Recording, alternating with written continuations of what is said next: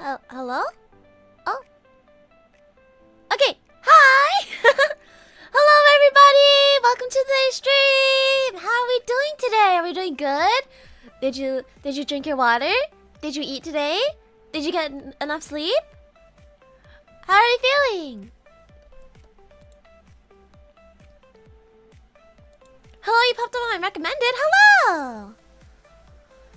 Alright, guys. Today we are doing... Today we are learning about music production because I realized a lot of people don't actually know how this stuff works. And I think it's really cool. So, yeah. Yippee! Alright. Well, okay. So, I know a lot of people may think, wait, Serena, what is there to do a slideshow on? Don't you just sing and then you post it? No. No. There's so much that goes into making anything. I know I did title this stream what goes into making a VTuber song. But really, this just goes for any music video that isn't like live footage. So like if you're not recording it directly with a camera, this is the path that things typically take. It is very much similar. It's very similar to when there is a camera. However, this is a bit different, at least. But yes, covers, original songs, either way, it's typically all following the same kind of thing. No matter if you're like big, small, whatever. And I'm gonna teach you guys all about it. And I remembered to make sure that the delay for this stream isn't that bad.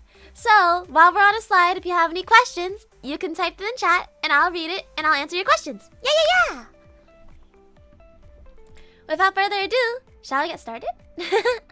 Let's do this. Alright. So the first slide is our introduction slide. Now, making a song is typically divided into 4 parts. There's your vocals, your mixing, your art and animation, your video or editing, I guess. It depends on if it's live or not, but usually I just call it video.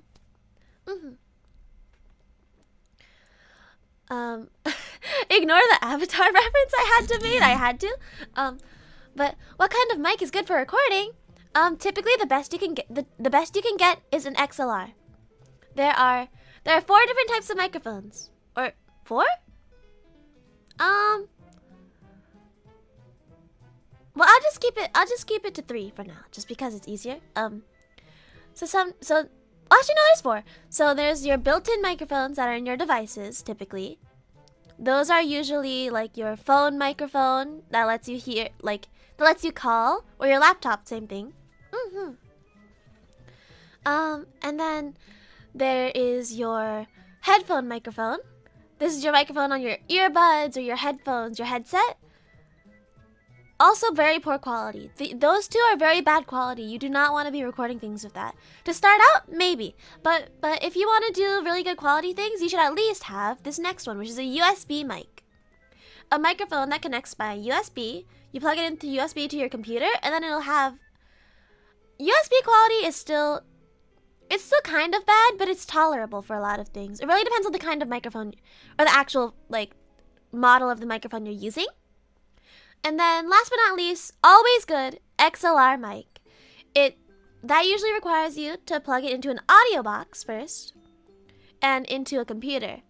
And that's usually what all the professionals use. That's what I have, because I sing a lot, and so I had to get an XLR mic. That's how it works. To be honest, they're very expensive, because not only do you have to pay for the microphone, you have to pay for like a microphone stand usually, then the audio box, and then a bunch of wires so it hooks into your computer. So yeah.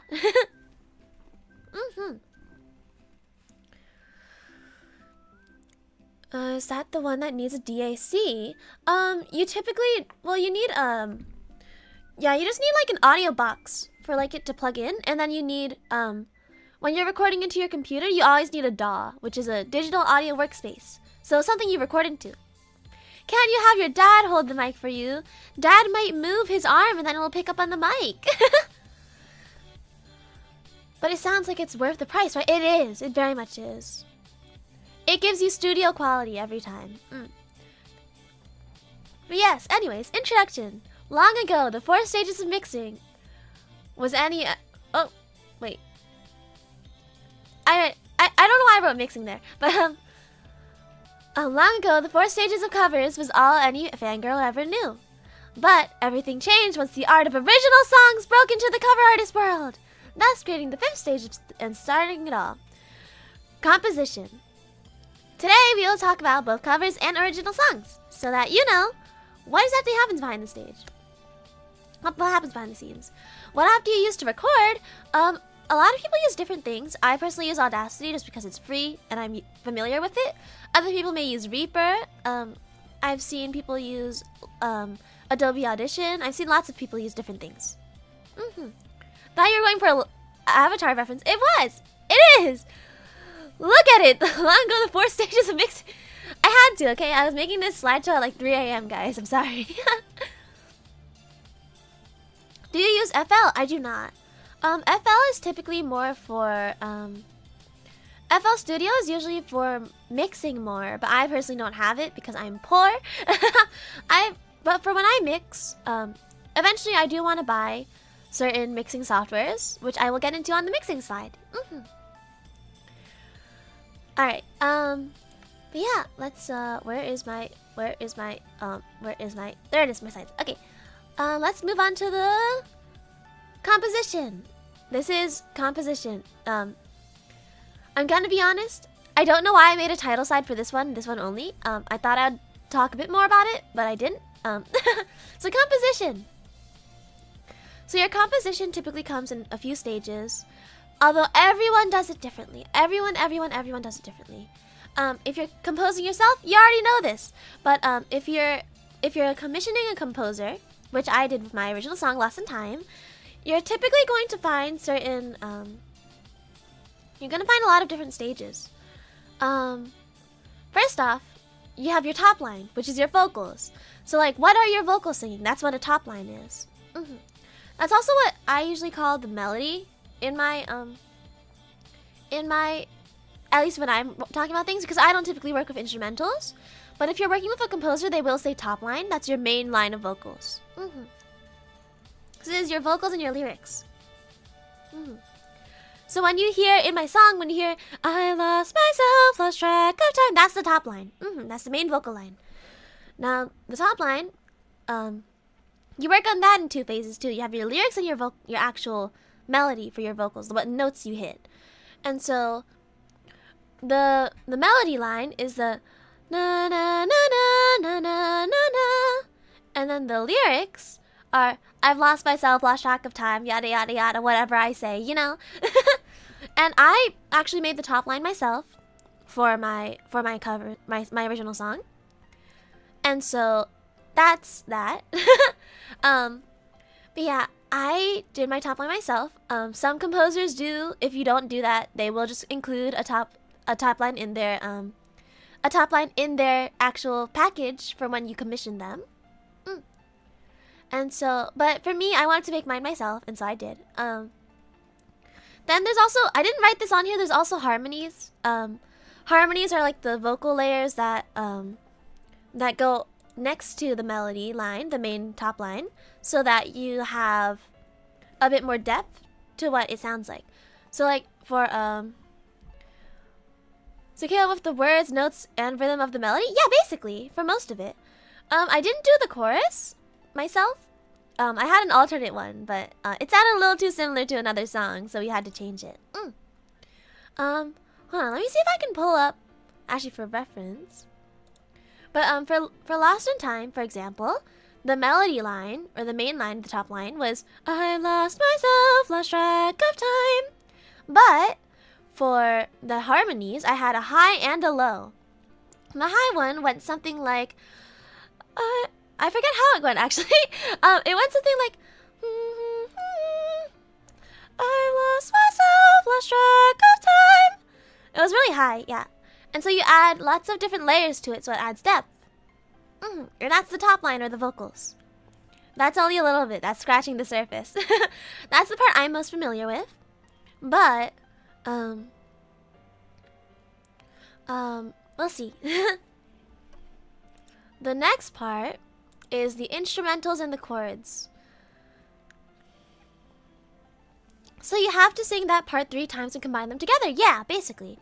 Some people may do no harmonies. It really depends on whatever part of the song you're in. Some songs have no harmonies whatsoever. Some do. Some only have certain parts that have harmonies. It really depends. For Lost in Time, I only really have harmonies in my chorus and then the bridge. And the ending. My verses in Lost in Time don't have any harmonies. So for the what time is it? I have no clue. That part has no harmonies at all. It's just that one main line. So if you listen really carefully to mixes, you can actually hear harmonies. Personally, I've trained my ears so I hear the harmonies first, basically. But yeah. But then there's the instruments and the chords. So basically what that is. Does it always have a low and high with a melody, or is this where melody plus a low or melody plus a high? There are instances like that. Sometimes it only has a high, sometimes it only has a low. It's a creative art. It's like how sometimes for artists, they may shade one way or shade another way. It's like that. It's really a creative art too. So you can just decide whatever you want to throw on there. If it sounds good, it sounds good. Sometimes there doesn't even have to be a harmony. It can just be the main line. Or sometimes you don't sing at all because there's just an instrumental. But yes, we will talk about instrumentals now. The chords and the instruments really put a lot into. Basically, it boils down to one thing or two things. What kind of vibes do we want for the song? For me, I wanted very dramatic, very dark, I wanted dramatic and intense for my song, and so I asked for electric guitar, piano, obviously drums, because drums are in like basically every song, if it's any sort of like anything. And then there's chords, or not chords, then there's the violin. The violin added a lot of like elegance and like drama to my song, which is really what I wanted. I basically said, I want these instruments, please give them to me. But basically, depending on what instruments you add, it'll add a totally different vibe to the song, even if you're playing different chords, which we'll talk about in a second. But if my song, for instance, was made with like a ukulele, it would sound entirely different than if it were for the electric guitar or the violin. And that brings up another point. Real instruments versus fake instruments. What's the difference? Sometimes people actually prefer the sound of the fake instruments that they have in your DAW. Like in FL Studio, for example, they have lots of fake instrument samples that you can use and manipulate to your own kind of way, so that you can have the instrumental, without actually having to physically find someone to play an actual guitar and learn the music. So, then you may wonder, wait, why won't they just always use real ones? Typically, it costs a lot of money because you have to pay each instrumentalist to learn the thing and play it. And so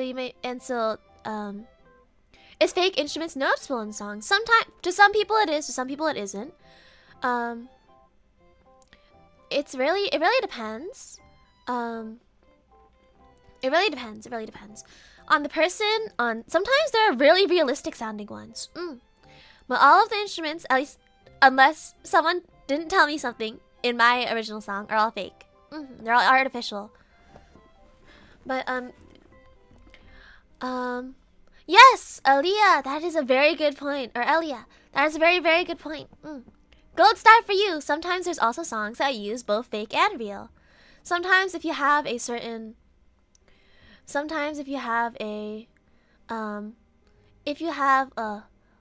what was I gonna say? Wait, I lost my train of thought.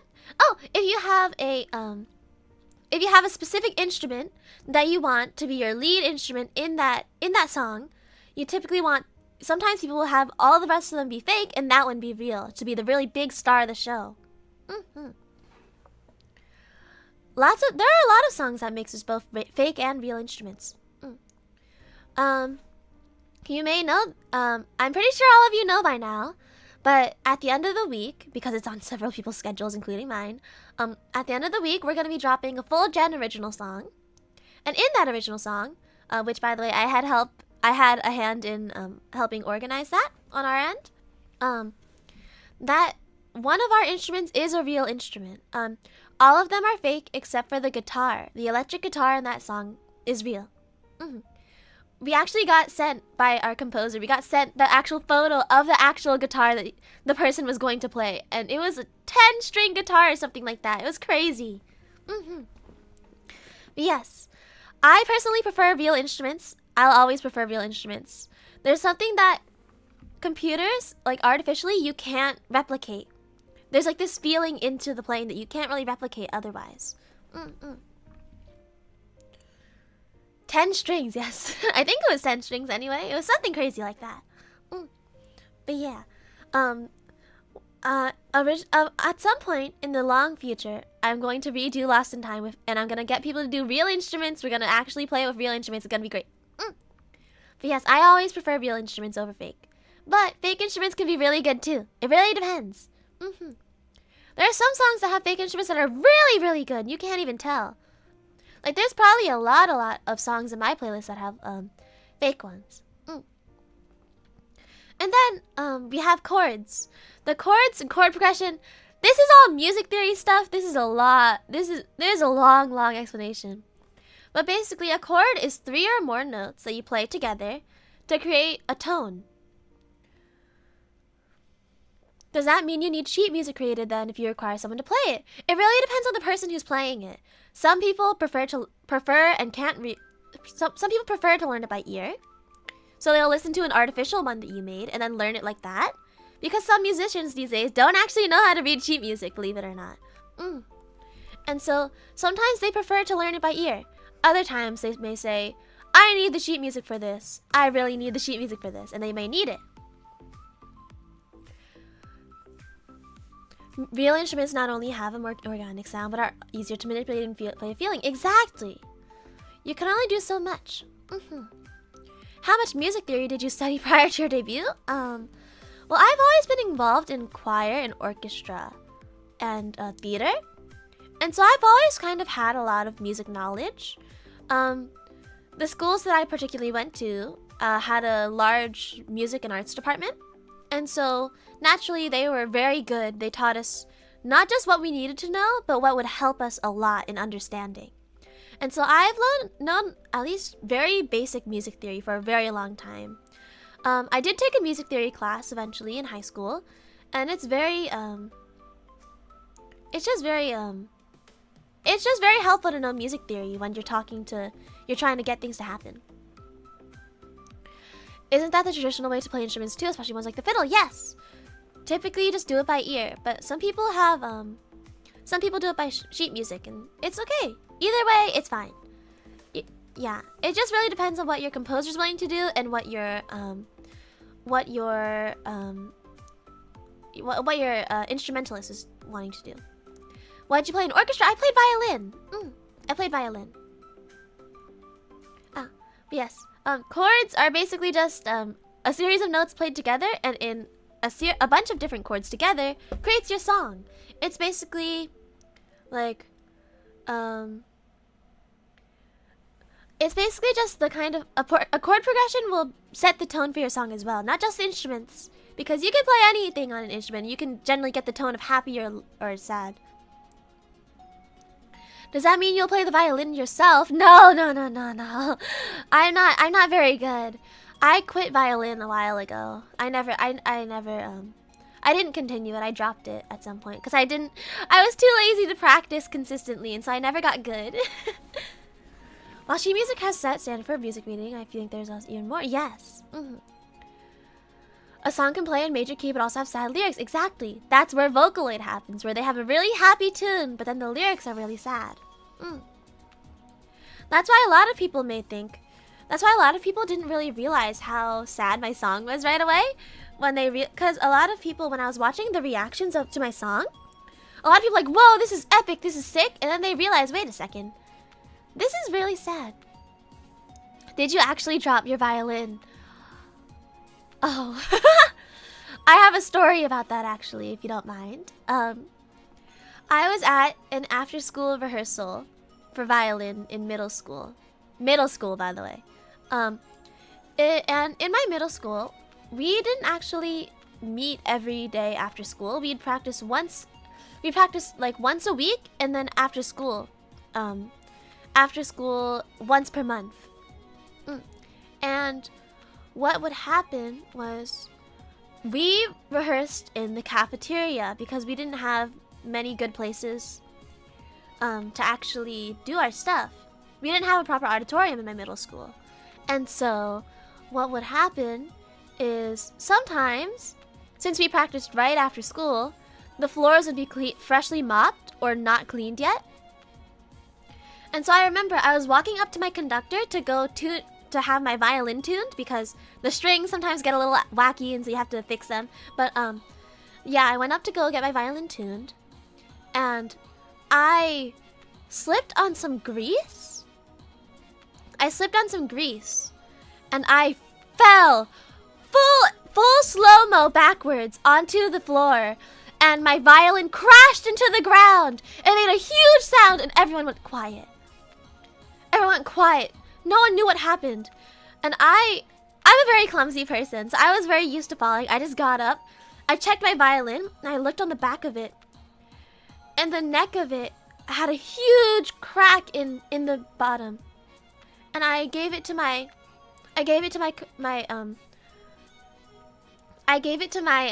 conductor, and it didn't actually hurt that bad. I was used to it. It did hurt a little bit, like I did get a bruise, but it was expected. It wasn't anything super bad. I didn't break anything. I was more worried about my violin because my mom had paid a lot of money for it, you know?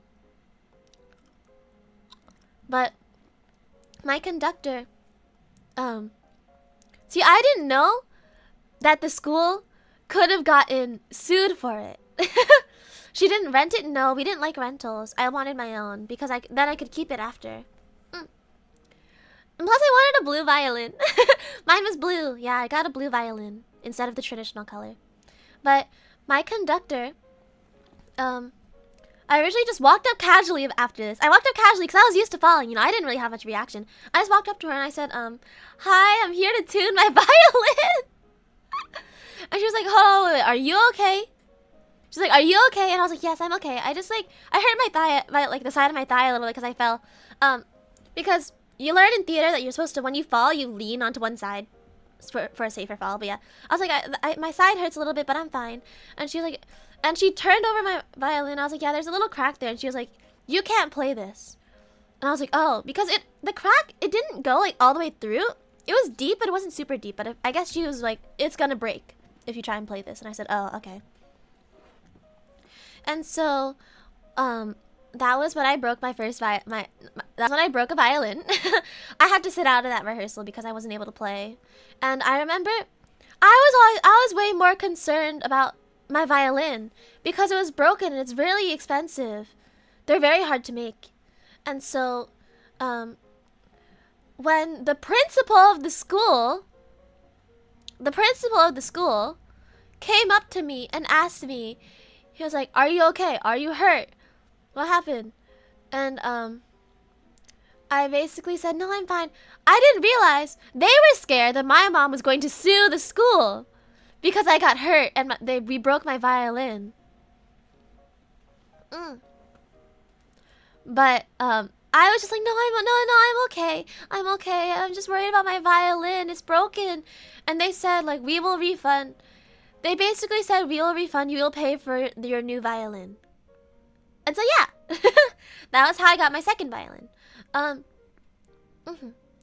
Have you encountered a harpist before? I have. Someone at my middle school actually played harp. It was super cool. I really wanted to learn harp when I was younger, but I couldn't. Serena, what instrument do you play now? I don't play any instruments. I do still remember a little bit of violin, but if you gave me a violin, I would not be able to play anything. I don't think. Aside from maybe hot cross buns. Was the second violin blue too? Yes, it was. Yes, it was. No, guys, don't buy me a harp. I'm not gonna have time to learn it. I won't have anywhere to learn it from. But yeah, I also, I do know a little bit of keyboard. I can play chords on the keyboard, yes.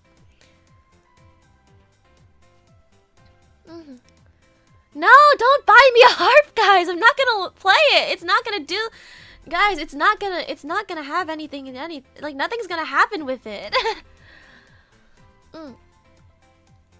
But you can control time though. Yes, but why would I should not use my powers for such silly reasons. That only results in bad things, as we know from my music video. But yeah, moving on, because we've been on this topic for a very long time. Next we have balancing. A blue heart for decoration. I won't have anywhere to put it, guys. It's so big. It's so big, guys. I won't have anywhere to put it.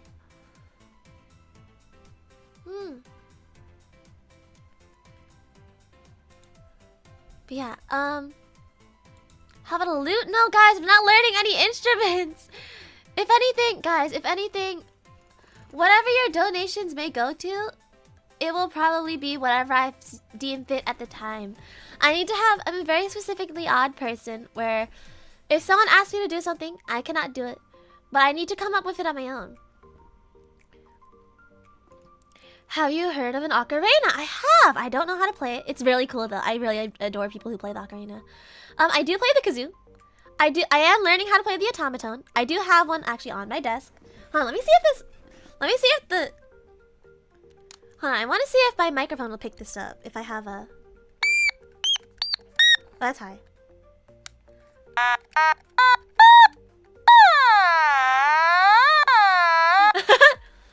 Yeah, that's my automaton. It looks like Miku. It's the Miku automaton. I don't know how to play it, but...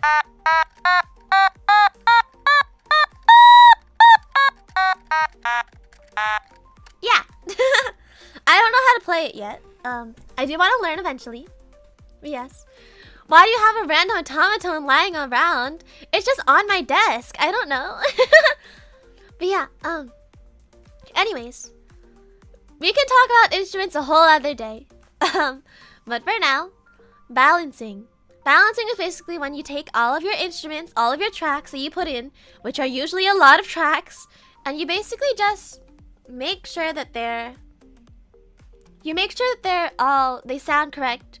That you want this one to be louder than this, or you want this to be even to this. And so yeah, pretty simple, pretty self-explanatory. There's balancing and mixing as well. And then revisions. There are revisions. That's basically just, they send it to the client. You go, ooh, can we change this? Can we change this? Or, oh, I really like this. I like this as the final product. And then basically just go back and forth trying to see if there's anything else.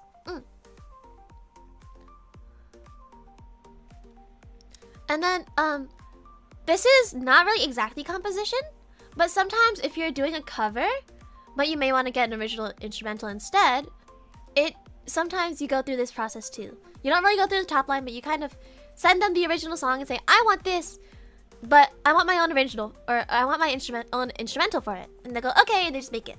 And then of course you have revisions, balancing, all that kind of stuff too. Now you may wonder, Serena, that's stupid. Why would you get an original instrumental for a song that already exists when there's probably an instrumental out there? And I say, you're absolutely right. Usually, I like to use the original instrumental of a song. But sometimes people may want to change. They may want to make the song into a jazz cover or a rock cover instead. Something like that. And so in those situations, you'll need a rearrangement. Or other times... Ooh, sorry. Whoa, sorry. Other times, people may want to just avoid copyright. Yes! Good job. It's so good, very. You get a gold star too.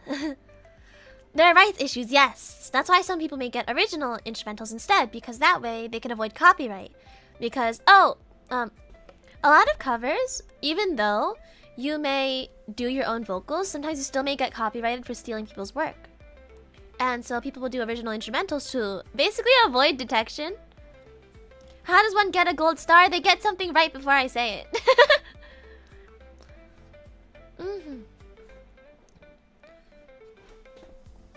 So it's a cover for a reason, exactly. Most songs out there don't have an instrumental, so some people use an app to get rid of the vocals.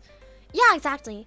A lot of J artists, from what I know, they do drop their instrumentals because they love, because a lot of composers and like utaites for the Japanese community, they started as cover artists, and so they like to post their own instrumentals, or they love to hear covers, and so they post their instrumentals in their like YouTubes.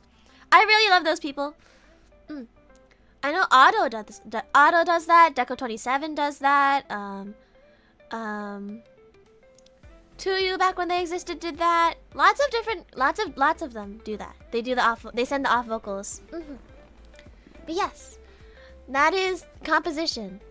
Now, if we're gonna move on to the vocals. This is the part I'm most familiar with. I don't know why that's glitched there. That should not be glitched.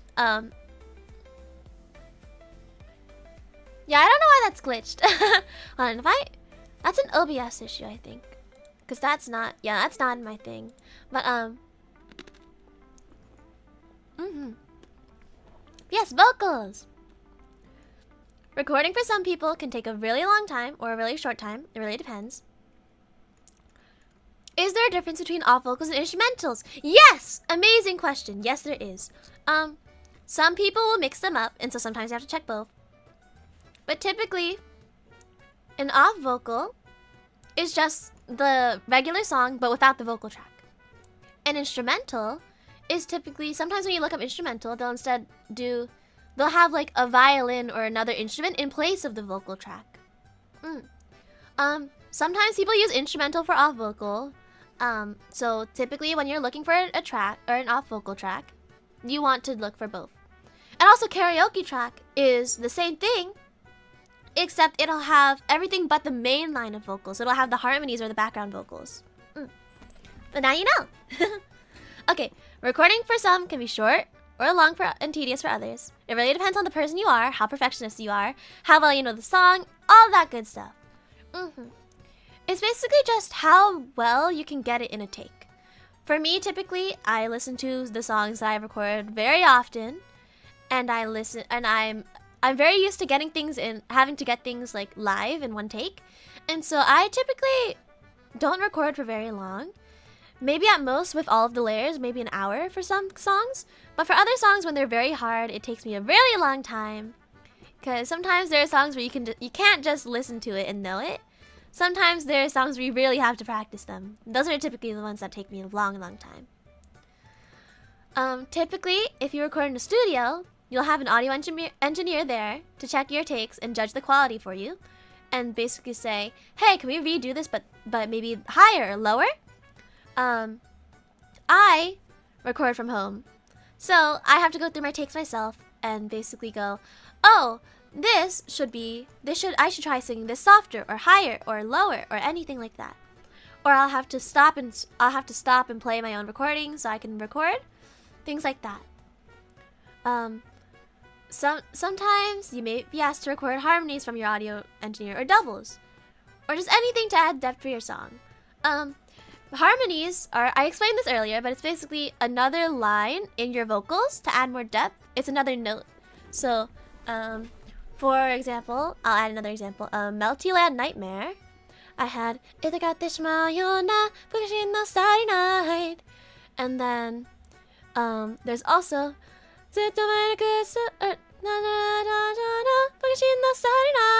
that's the high harmony. And then there's also a layer down there that's the octave down, which is very low that I recorded. It's very quiet, and there was Itagatte shimau na fukushin no starry night. Yeah, you layer it all together, and it just kind of makes depth to your sound, and it makes it sound more full. And so there's also doubles, which is basically when you record the main line twice. So I'll have twice. I'll record that exact same thing twice, and then they'll pan it to either side, so that it adds more depth and fullness to it. All about layering. All about layering. Layering makes it sound good. More layers equals good. Sometimes your mixer may also ask you to retake it because the line, maybe the way you delivered it was not very good, or they want it to be better. Pan it. Yes, panning is when you have headphones on. You can make it sound from one. The difference between harmony notes is always an octave. No. It's usually how do I explain this? It's basically just like so are layering and double the same? No. So I'm trying to explain how harmonies work without going into a huge music theory rant. Basically, a harmony will basically like fall under I don't know how to explain it in normal terms without using all these other music theory terms and having to explain those. So you know your do re mi fa sol la ti do. That's your solfege, and that actually basically it goes over every note in a scale, and in that scale, which is 8 notes that go together, your scale is basically what it's not an octave per se, but it's like it may be 2 steps. A harmony is basically just it's an alternate line that goes with it. So it's not always an octave. Sometimes it is an octave, but it's not always an octave. Although an octave wouldn't really count as a harmony, it's just an octave, if that makes sense. It's just an extra layer. But yeah, harmonies are like typically what you see is a third, which is two notes above in the scale. So your main line for like Melting Land Nightmare is a third, for example. It's so and the high is so yeah, that's a third. Yeah, it may not be. I'm pretty sure it's a third. I don't have perfect pitch. Some people in chat might. We'll see. Harmonies are to vocal as chords are to instrumental. Exactly that. What Horace said. Gold star. But yeah. And then doubles are just the same main line twice. So and the doubles also so they can pan it to either side of your ears, which is basically making the sounds come from the left and the right. So if the song is in C and the melody is D, would you use A below and G above? You can. It really depends on the scale. It really depends on the song, what kind of harmonies you want. There's no set one harmony that you can do. It's always up to the person, because you can have dissonance, everything. It's a big rant. We can talk about this another time. This is a whole thing for another stream. There's a lot about it. It's also about the mood. Yes, it is. It really depends on the kind of tone you want, and because some people may do a minor, because there's. It's a long story. We can talk about this another time, honestly. I would need a whole other stream to explain music theories, chords, harmonies, all of that stuff. But yeah, sometimes your mixer may ask you for retakes because they may think you delivered it weirdly, or you messed up, but the lines are very specific in a way where where it's not broken up, so you can't really fix it easily. But overall, for vocals, you just hit record and you try your best. And if they ask you for retakes, it's okay. It doesn't say anything bad about how you sang it. It's just that they think it's very difficult to work with it, or they think you could have done better. Maybe that needs to be a little series. Yeah, that's probably a whole other stream. Layering is like a sandwich. You put different ingredients between 2 buns to make it. Yeah, exactly. I'm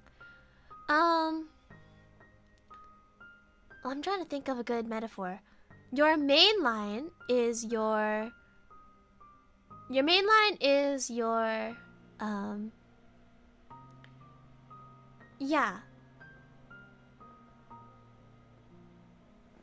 yeah, what DRK said basically.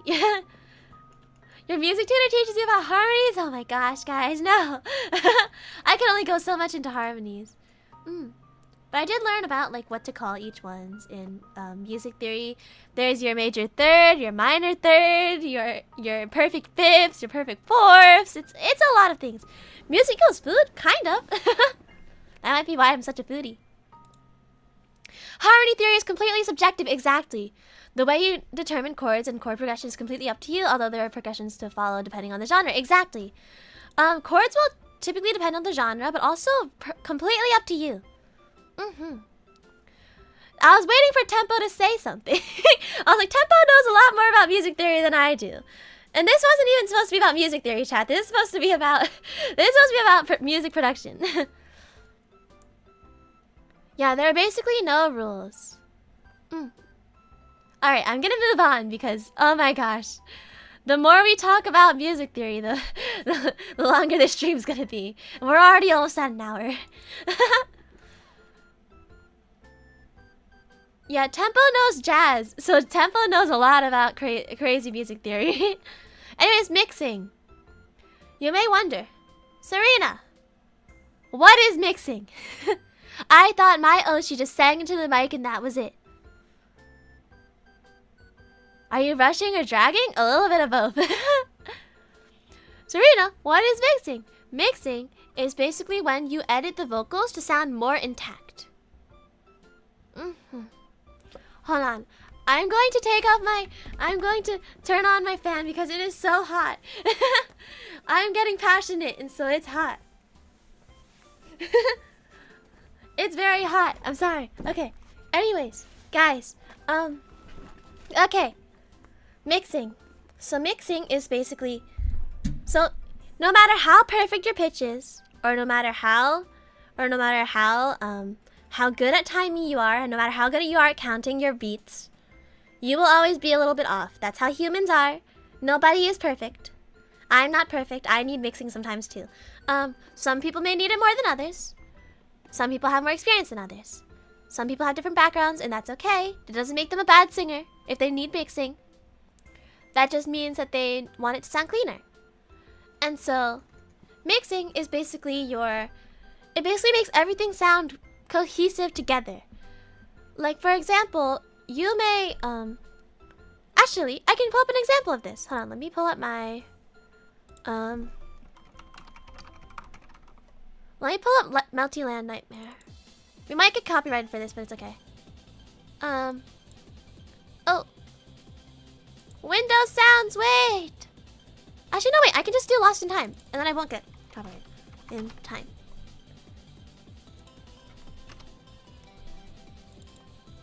Let me open this for you guys.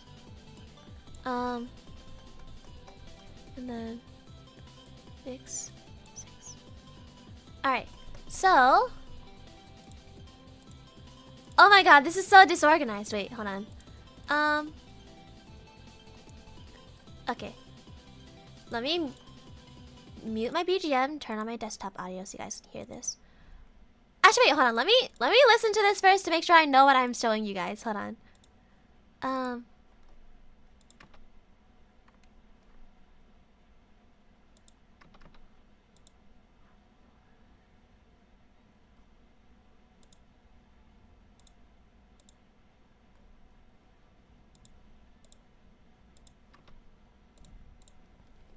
Now, a lot of vocalists are very ashamed of their raw vocals.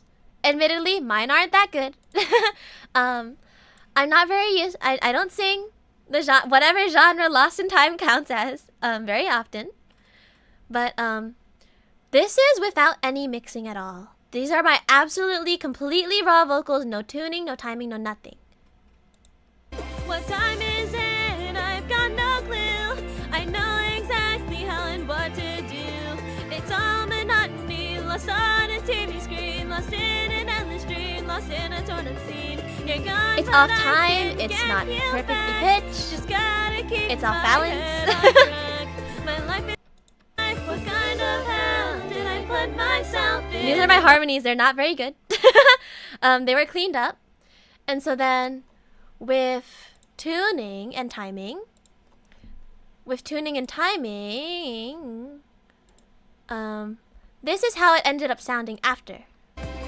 What time is it? I've got no clue. I know exactly how and what to do. It's all monotony, lost on a TV screen, lost in an endless dream, lost in a torn up scene. You're gone, but I can get you back. Just gotta keep my head on track. My life is full of purpose and light, and that purpose is to take back your life. What kind of hell did I put myself in? See how much cleaner it sounds, guys? That's what mixing does. And the final mix, I'm gonna turn this down so we don't all blow up our ears. What time is it? I've got no clue. I know exactly how and what to do. See how much? See, that's what mixing does. It makes it so much cleaner, especially for like the harmony things.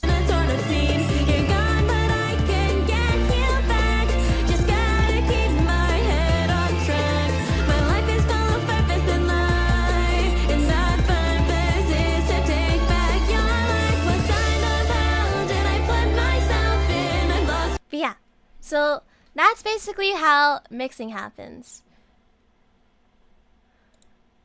Mixing basically helps you, it's not really just helping you put the harmony, it's helping put all of the pieces together in a really nice and cohesive way.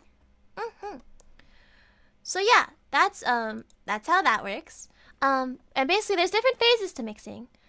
Typically people will divide it into time, tune, mixing, and then just mix. But all of it can count as mix. It's all just about like how you actually want to do it. But the first phase of mixing is timing.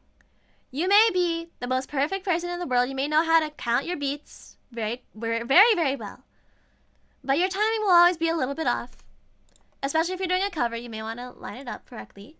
But basically, it's basically just making sure that you're perfectly laser-like precision on time. So that you don't kind of feel more, so it feels really clean, basically. And then the tuning is to clean up pitch. Will you ever do song recording in member streams? Maybe. We'll see. I'm not really sure. I'd have to see if I'm allowed to. But tuning is basically just cleaning up pitch. If you're a little bit flat or a little sharp, basically if you're just a little bit off of the right note, tuning typically fixes it.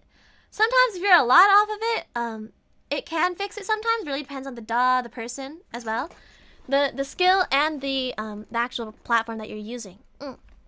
I typically, personally, this is just for me. I'm typically not someone who needs a ton of tuning if I'm singing a song that I'm familiar with. But I do need some tuning sometimes here and there as well. It really depends on what it is. I do struggle with harmonies a bit, and so I typically need way more tuning for that. But typically, some people need a lot of tuning. Some people don't. It really depends. But typically, if you have really good delivery and technique, but you're off pitch, your tuning can typically fix it. Like mixing, I want to emphasize here that mixing does not make a good singer. Mixing helps a good singer. It's very different because you can botch your notes, but if your delivery is bad, it's going to sound bad. That's just how it works. I don't make the rules. That's just how it works. And so when I was recording Lost in Time, I was like, oh my gosh, this is not my typical genre, but I need to sound confident for this so that the mixer can make it sound good. And that was basically it. And then, I don't know, I hear stories about how mixers can save an artist's song. They do sometimes, but other times it's there are things that aren't salvageable, and that's typically when retakes come in, which we talked about last time. But there are lots of other stages of mixing. There's lots of different things you can do during mixing. There's these are just a few of them. There's leveling that makes the volume more consistent and nice. That basically makes it so everything is balanced perfectly. So your harmonies aren't louder than your mains, and they're the perfect amount of quieter. Things like that. Then you have your EQ, which I didn't put on here, but it's basically just like bringing out certain tones in your voice that make it sound better. Yeah, there's a lot of EQ on my original song, and on Melty too. And then there's effects, like your glitching, your fades, your reverbs, all that kind of stuff that makes it sound cool. Like when you hear glitching effects to people's voices, that's the effects. Then you have mastering, which is basically balancing all of it and playing around with the actual properties of the sound so that it works on all platforms and it sounds good.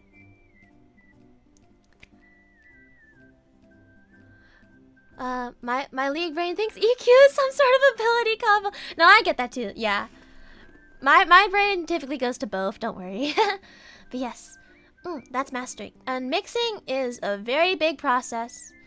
Some people will go with very minimal mixing. Some people will go with a lot of mixing. It really depends on the song. Really depends on the person. Personally, I prefer lighter mixes because I like it when the vocals really get to shine raw. But honestly, it's really fun. I like it a lot. Mixing always adds some nice, cool things to it. Actually, I have a version of Melty Land where I left the final mix to myself, and I don't have proper things, and so it wasn't very good. Hold on, let me see if I can. Oh, yeah, I just realized the audio's double. Whoopsies. When things get mixed too much, you can hear it. Yeah. But I think this was my version of the mix of Melty Land because I wanted it to be more natural. Before Toka helped me out a little bit and cleaned it up.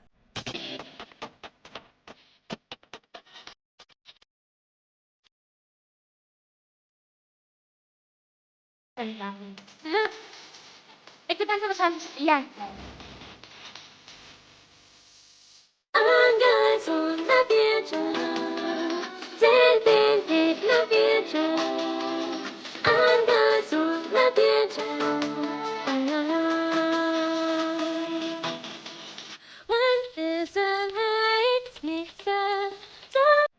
See how it's a lot less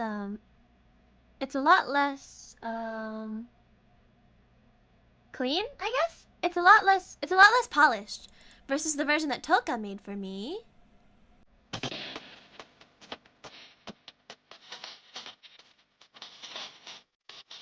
This is the final version of that post.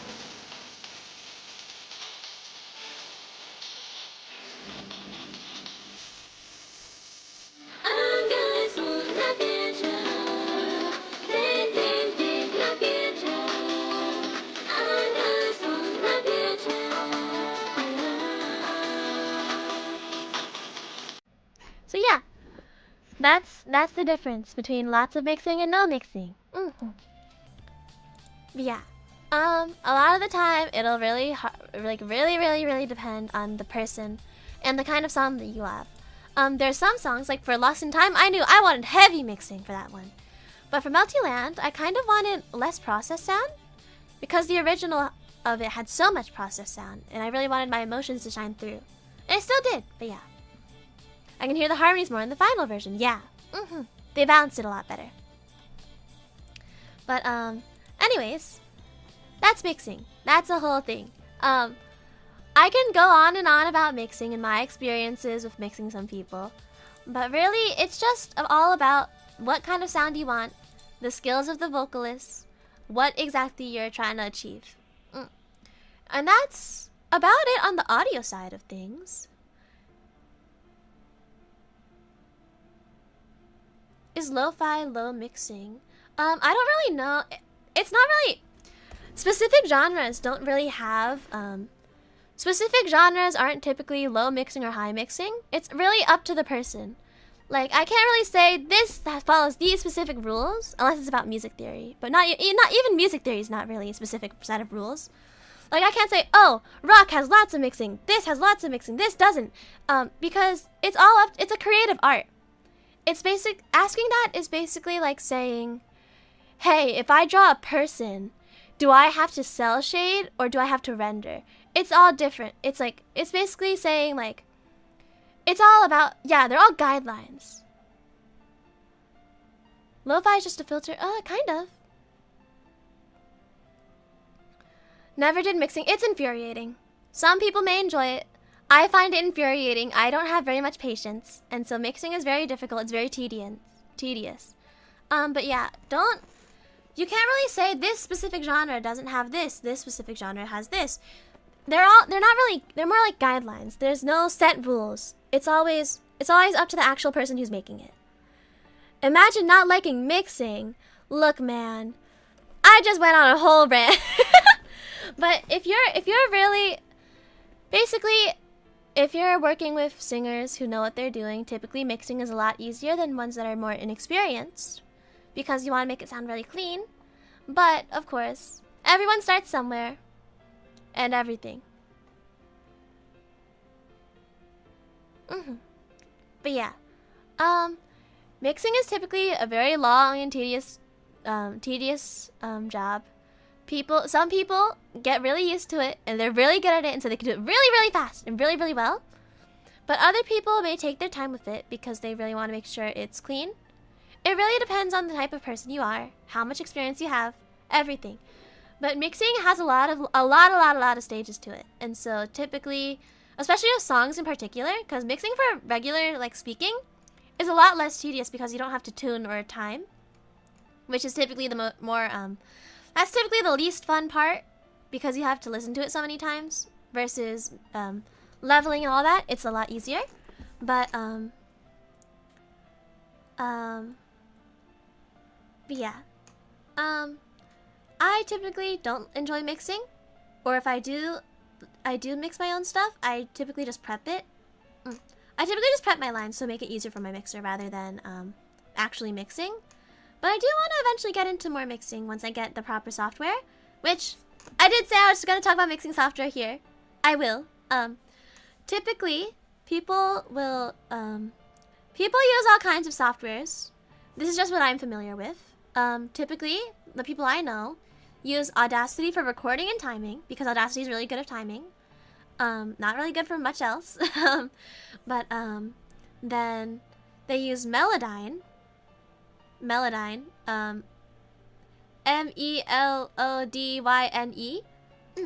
Melodyne is they use that for tuning, sorry. Typically people use that for tuning. Melodyne's really good for tuning. It's very good for tuning. And then again, it really depends on the person. Everyone uses different things. This is just what I'm familiar with. I use Melodyne. That's for tuning. And then for everything else, what I've seen, everything else from what I've seen, at least from what I'm familiar with, is done in Mixcraft. Mixcraft, I think it also has Melodyne built into it, but I'm not sure. I've never actually used it before. But I've never used it before myself. Eventually I will, though, because I know it's good, and I know people who use it, and it's very good. It's very reliable. And so it really depends on what you're using, who you are, what you prefer. Some people may use Adobe to edit things. Typically, for music production, I don't see Adobe. I use it more for, or I see it more for, regular voice acting work. But it's really up to the person. If you want to mix for music, typically you do things for whatever. But yeah, it just depends on who you are, what you're doing, everything like that. And yes, bad audio quality does not equal bad mixing. You can only do so much of bad audio quality. Sometimes a mix may sound clunky. A lot of the time, it is because of bad audio quality. I used to have really bad mic quality, and so my friends thought I was actually a bad singer. And then I got an XLR, and they're like, "Holy shit, you're actually good at." Oh, sorry, I cursed. Sorry. They're like, "Oh my gosh, you're actually good at singing? That's crazy." People thought I was a bad singer because I had really bad mic quality. That's not the case, guys. So yeah, audio quality can really make or break a vocalist. I get really passionate when I'm talking about mixing. I'm very sorry, chat. I'm very sorry. You didn't hear anything, guys. You didn't hear anything. Nothing. I'm hypnotizing you. I'm hypnotizing you. I'm hypnotizing you right now. You heard nothing. But anyways, that's enough about mixing. Art and animation.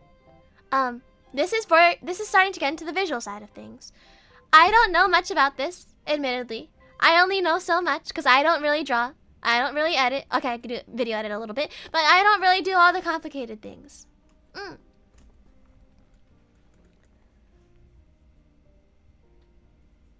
But yes, the art, this just goes for art in general. Drawing art for a cover is almost the same as drawing art just normally. I will say that. But your art typically has, 4 stages. You have your sketch, which is your first draft. I'm pretty sure everyone knows what I mean when I say a lot of these things. Your sketch. So that's like your little, like your draft, your planning stage. Then you have your line art. The sketch usually gets deleted by the time it's the final, unless you want a sketchy feel. Again, it's creative arts. You can do whatever you want. Then you have your line art. Your line art is your outlines of everything. Then your coloring is all the colors, obviously. Then your shading is basically what adds depth to your drawing. If there's light coming from above, you want to make it lighter on the top, you know, things like that. And sometimes for music videos, art is separated in order to puppet and move the art itself. So for example, in Lost in Time, there are parts where my art is puppeted. For example, in the scene where Toka comes down and she's kind of like hovering above me, like looking after me, all of that art was separated so that the video editor could move it by itself and it could hover up and down and kind of wave a little bit. Overall, typically, you want everything separated for a music video. The more separated things are, everything can move easier and a lot better. Even for VTuber models, actually, you get everything separated absolutely completely. So like for the rigging process of a VTuber model, the art has to be separated completely so that they can move every part individually very smoothly. The more separation, the more movement. Did Toka give you your powers? Yes, she did. Yes, she did. That's yeah. Toka basically said, "There's a crying child over here. Let me help her." And she helped me. That's basically all that happened. And if you want frame-by-frame animations, which sometimes, yes, layers. But if you want frame-by-frames, typically that will happen by, the frame-by-frame can happen, it costs a lot more extra because they have to draw each frame of the animation. So basically every little bit of movement, they have to draw that as a separate thing. You can do that, but it's a lot of money, a lot of time. It takes a long time. It's very, very expensive. That's why a lot of covers they'll see one standard art and they just move it around. Or they pan it. Do you draw? I can't draw. Guys, I can't draw for my life. I can't draw at all. So yeah, I did hire someone else to do it. We commissioned other people. We commissioned Rayon to do our art for Lost in Time.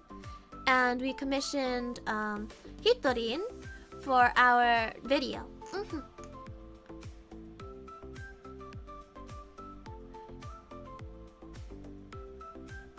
Yeah. I'm trying to read chat. Yes. So yeah, it really depends on like what you're doing. Yeah, Senbei spent a lot of money on it. I remember doodling stream upcoming. No, guys, I can't draw at all. As much as I want to learn, I'm not a good artist. Senbei spent a lot of money. Yes, he did. Fun fact, guys, I actually asked, because when we originally started, when they were asking me what I wanted for my original song, I said, "Oh, I want this." I was like, "Oh, I want this, but I know it's going to be really, really expensive, and I know it's going to cost a lot." And they said, "Don't worry about costs. Our budget is very big."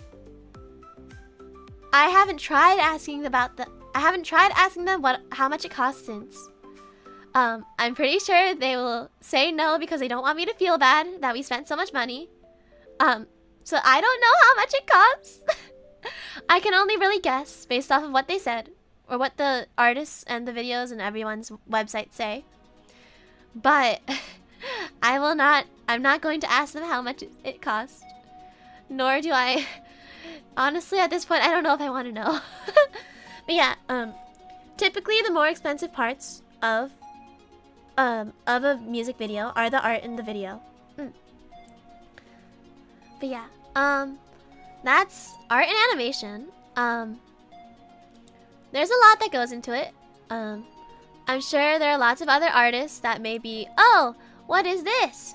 Or they may tell you, oh my god, separating this is so much work. Or they may go, oh my god, this line art is crazy. The more detailed something is, the more complicated something it may be, the more it will cost, most definitely. Like when I look for people for covers, cost is one of the biggest things that I take into account. And I go, is what I'm getting worth the amount that I'm paying? Or at least in my book, is it worth it? Obviously, artists can charge however much they want, however much they believe that their work is worth. And it totally is worth that much. Whatever price they are charging, I don't try and negotiate it down or anything, because they deserve however much they're charging for their work. But oh my god. Hard work costs a lot of money. That's just how it works. And so if you're going to want really high quality art, you're gonna have to get ready to drop like $50 million. But yeah, that's art and animation. Alright, next. Video. Admittedly, this is the one I know pretty much the least about. I've learned over time, but it's very hard. The video has lots of different stages as well. Here's how I like to view it. People may view it differently. There's the placement and the movement, which is basically putting your art or your anything, just moving it around into where you want it to be. The base of the video.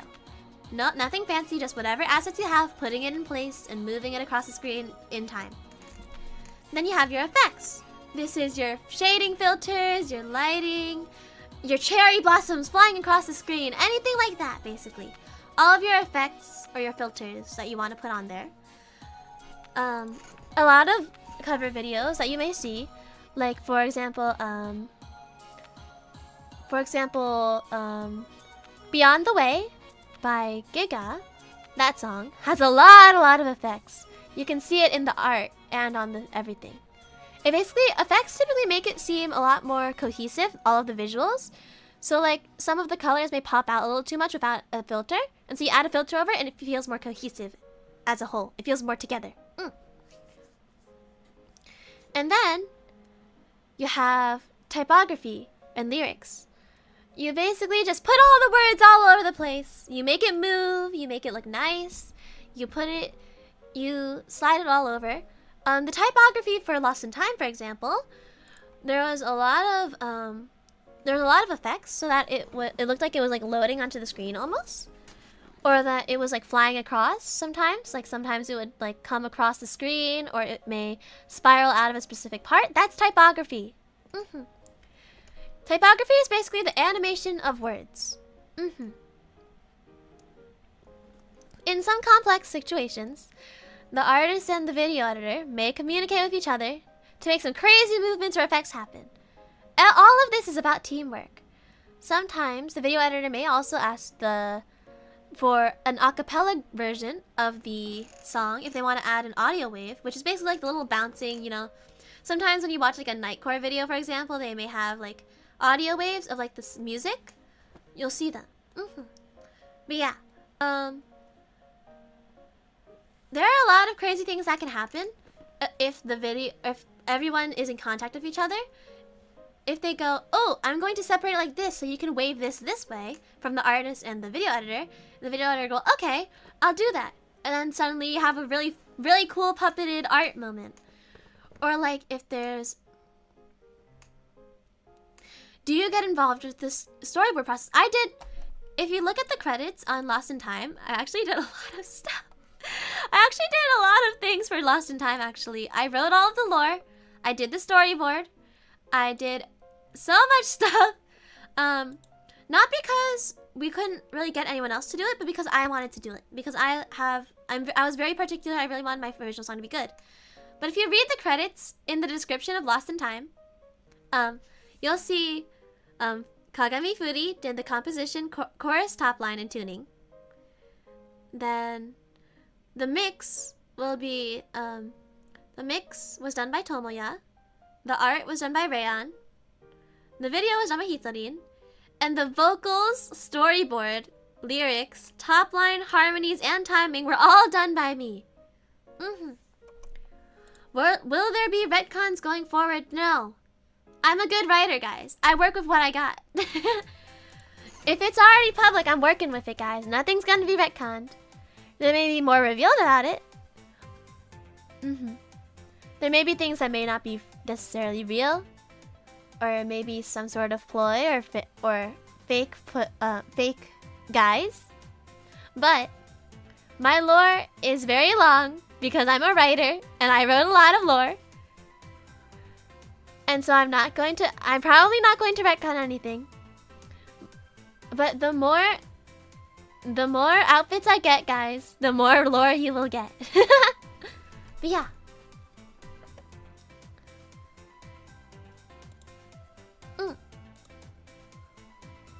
But yeah, that's the video. There's a lot of things that go into the video. I can only talk about so much. I only know so much about video. But I can certainly try my best to explain. But video is usually, the art is usually what takes the longest time in the cover process, especially if there's a lot of art. Honestly, Rayon did an amazing job. They were so fast with it. I was very happy with it. And then video and art typically are the most expensive and take the longest, but art typically does take the most time. Art is typically the most expensive and longest process. And then video is the second most. Honestly, if I have to say, the art in the video mean just as much as the vocals in the song itself sometimes. People like to have visually lots of things to look at when they're seeing a music video. And so typically, if the video or the art isn't very good, sometimes it'll flop. Sometimes people need to, because people eat with their eyes before they consume with their ears. How much did you spend recording? None. I did all that for free. That was just my stuff. I did that myself, so I didn't have to pay for anyone to do it, because I just did it myself. Typically, you may see if, in the other girls' stuff, you may see that they do other things besides recording, credited to themselves.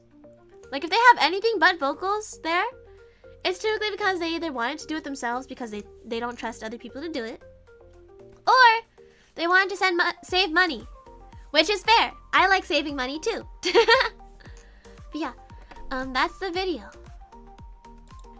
It's hard having a hyperactive mind, mate. I'm sorry. Do you plan on working with the same people for your next song? It really depends. Depends on what song I want and what kind of skills they bring to the table. I think I definitely do want to work with some of the other people again. It really depends. Because, for example, a cover, I may spend a little bit less on some things than I will with an original song. How much time? How much time do I spend recording? It depends.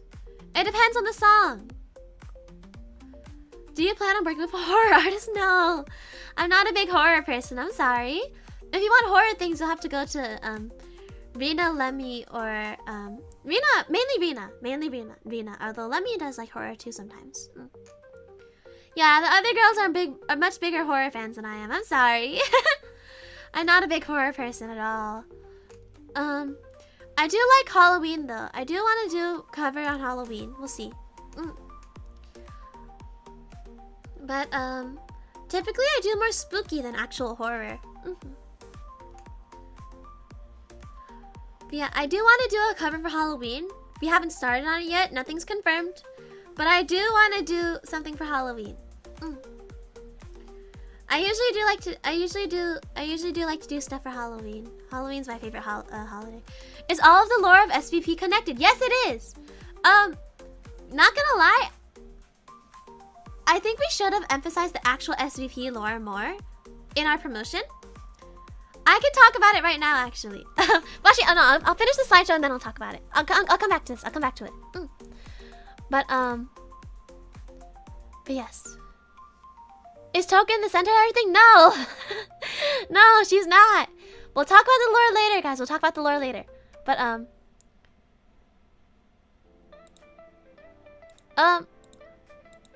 I realized I have a slide in here I never finished, so we're just gonna skip over that. Oh my god, why is it doing that? But yeah, in conclusion, a lot goes into making music, whether it's a cover or an original song. There are many moving parts. It could take a very, very long time, especially if you want the quality to be really good. And so, next time you see a song on YouTube, give it some love. Everybody involved worked very hard on it. Give it so many views, give it all your likes. Make sure you appreciate all of it.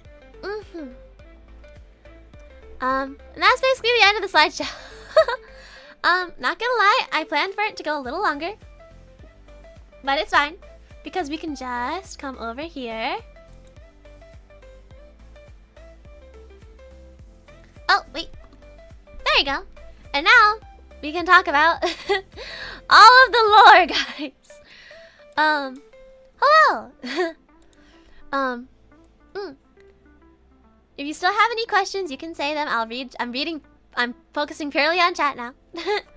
Which artists do you want to collab with in the future? Depends. Do you mean composers or like actual artists? Because I love, overall, for like everything she offers, I really look up to Cilia or Kiami. She is so talented, she's so cool, I love her so much. I want to work with her for an original song one day. I know she doesn't offer those services to the public, but I'd love to work with her one day. And I'd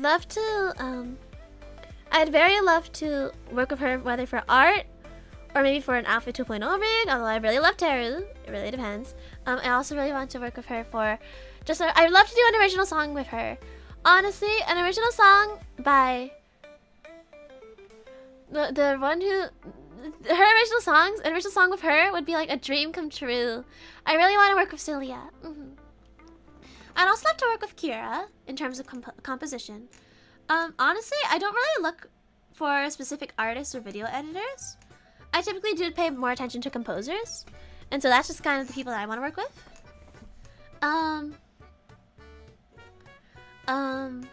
But yes, I do really want to work with those people. How long have you been in music production?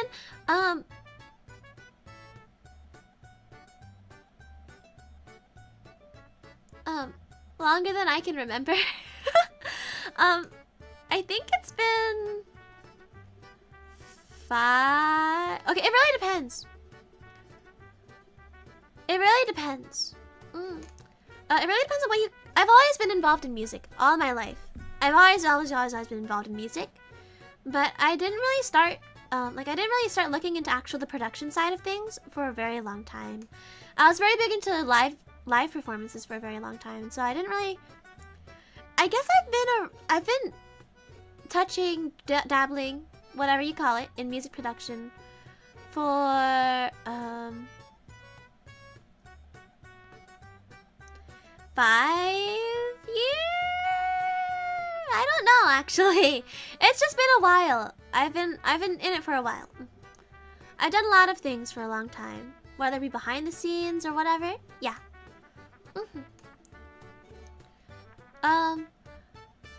I'll talk about the lore once I finish all the questions of the music, by the way.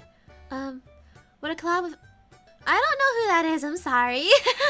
I don't know who that is. Akira original... Yeah, I do really want to work with Kira a lot, but I know Kira got really burnt out with a lot of people mistreating him in the community when working with them.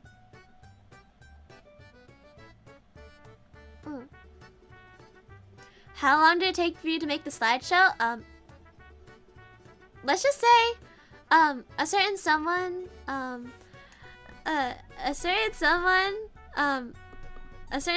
forgot to make it until very last night, and so a certain slideshow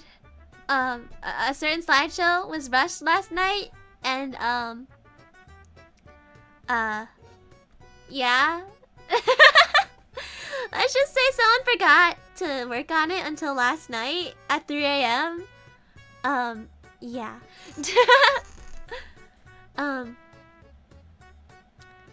How did you spend all night up? No, not all night. I took a nap and then I woke up, worked on it, and then worked on, and then went back to sleep. But yeah, I don't like to use my time powers for personal reasons like that. Because doing it for personal reasons ends up with a lot of side effects and a lot of bad things happening. And that's not it. But what happened to the unfinished slide? I forgot to work on it. I made it and then I realized, oh crap, I never finished it. I never went back and finished it. But yeah. That one was gonna be about copyright a little bit, but yeah, that's not really necessary. But yeah, I think it's about time. Can you explain in the next video how instruments emphasize the symbolism of theme and lyrics of a song? I can certainly try, but there's only so much I can talk about there. I can only talk about so much there. Serena is actually responsible for powers? Yeah. I've learned the consequences before of using my powers for really dumb reasons. Do you write lyrics? Yes, I do. That's actually how I started everything. That was my intro to music production, so I started writing lyrics. I started writing English lyrics for Japanese songs, because when you just translate it directly, it doesn't always fit with the melody. Will Serena review her GenMate's debut music videos? No. That's a little mean, I feel like. That's a little mean. I love all of my GenMates very much, and I love all of their music videos. I love all of them, and I love all of their things. And so, no. Have you wrote a song for anyone else? No, I haven't! Guys, I don't know how to compose, actually. I don't compose. I just do vocals mainly. And a little bit of mixing. I don't do other stuff. What genres of music do you want to do something in? All of them! All of them! All of them, all of them, all of them! I already did an electric rock kind of song for my first original. I told them I want like electric rock orchestra, and that's kind of what they gave me. But yeah, I do want to do a Genki song, obviously. I'm an idol. I want to do a Genki song. I want to do a song about, what's it called? I want to do, I do want to try a, just a poppy song. I want to do a city pop song for sure. I want to do city pop. I want to do lots of city pop. Would you tackle genres you're not comfortable with doing, Sarah? Yeah, I did a rock song. I'm not really a rock person. Yes, I do want to do city pop. Yes. Will you ever collab with any of your GenMates? Yes, of course, I will. I will always collab with all of them. It's just that first week I want to make sure I did all my own stuff first. I do have collabs planned, lots of collabs. I want to do lots of collabs because I don't really. Hold on, well, we have our full gen collab on Saturday, which you guys better go see. It's on the original channel. Then on Sunday I also have a collab. It's an open collab with Perry. On Monday I also have a collab for VCat. Then I have one with Lemmy. And then we have another. We have a lot of full gen ones this year. Favorite city pop song? Oh, that's a hard one. That's really hard. Well,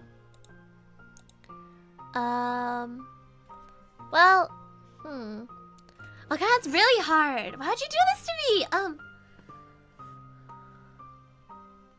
There was one that was called, I forget what it's called. It was like telephone number or something like that.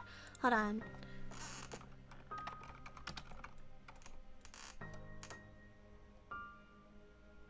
Yeah, telephone number by Junko Ohashi.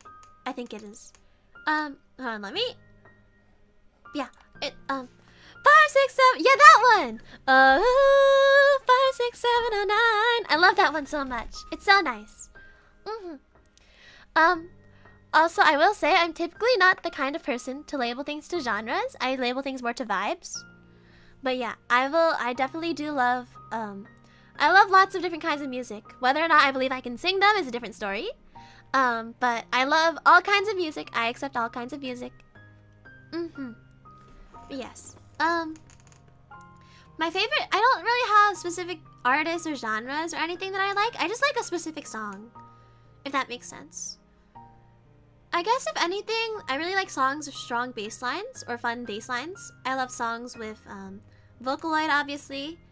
And yeah.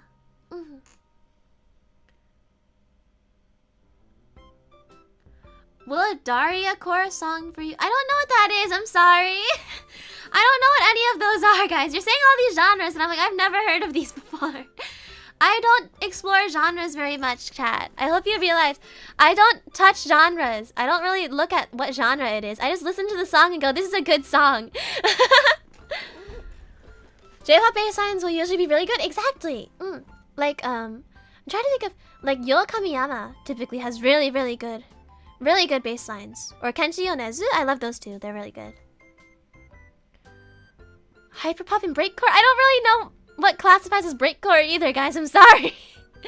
You're saying all of these things. Have you heard of AJR? Yes, I have. I do like AJR a little bit.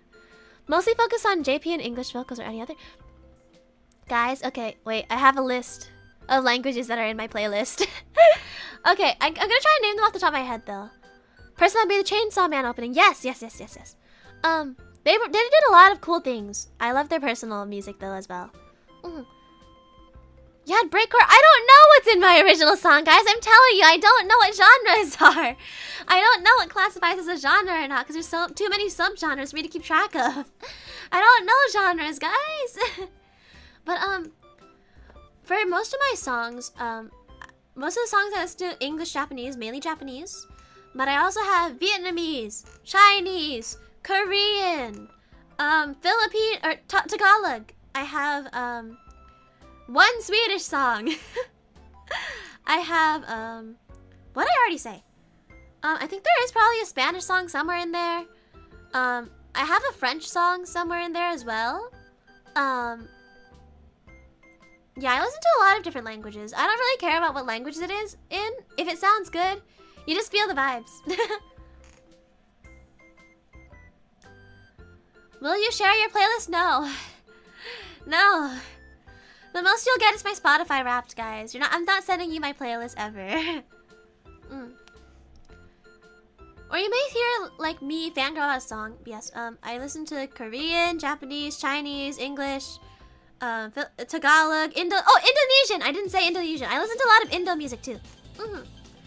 I listen to Indonesian. But yes, I don't really care about what genre it is, what language it's in. You know, it's whatever. Yeah.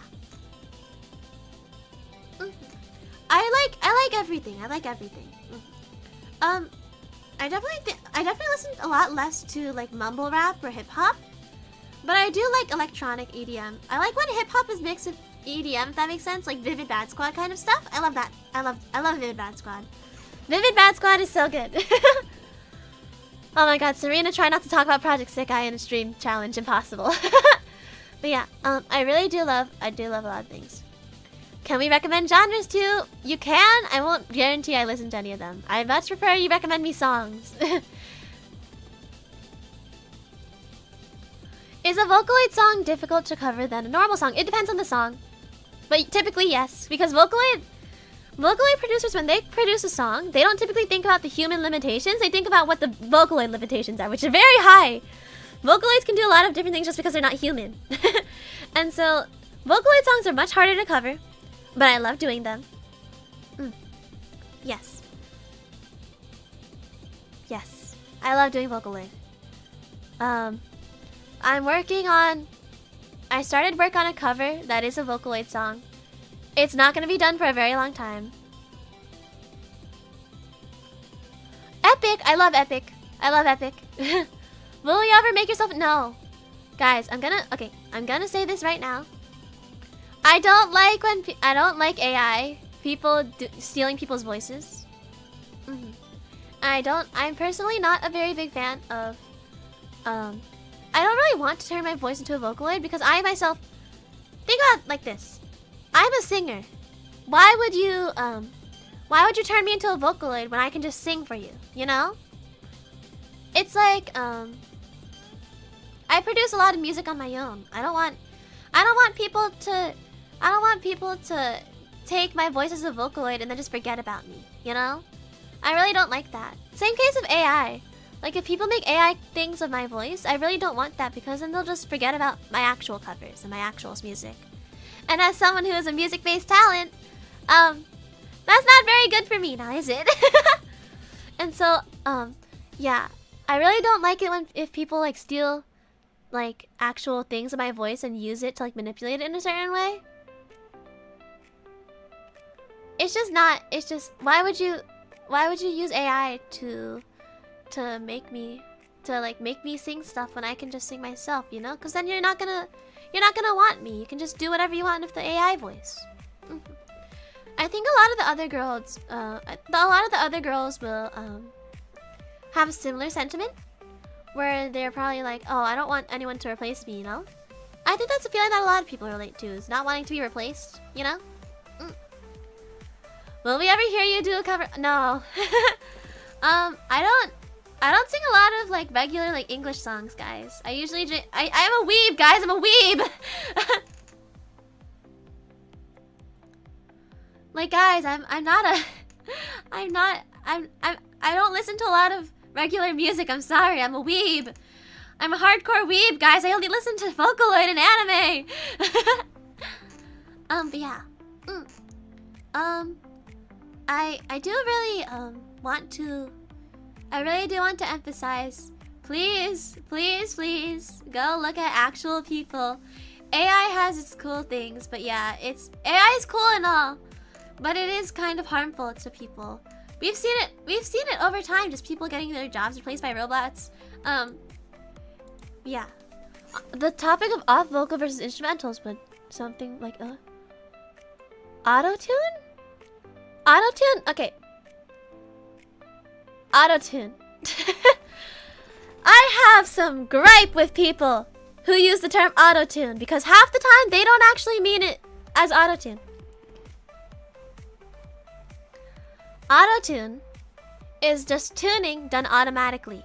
It's the tuning process which someone can automatically do, or not automatically do. The tuning process where someone usually manually does it, just automated to be less precise. People will use autotune to mean actual filters and stuff.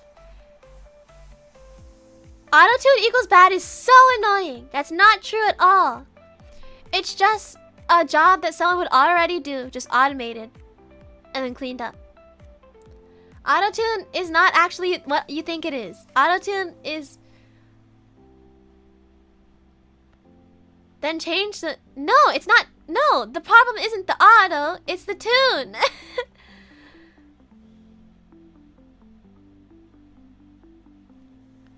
But yeah, it's just like, it's not fun. Honestly, the auto-tune, it is a useful tool. It's just not, there's no shame in using auto-tune because it's just the job that someone else would do if you can't find someone to do it. But yeah.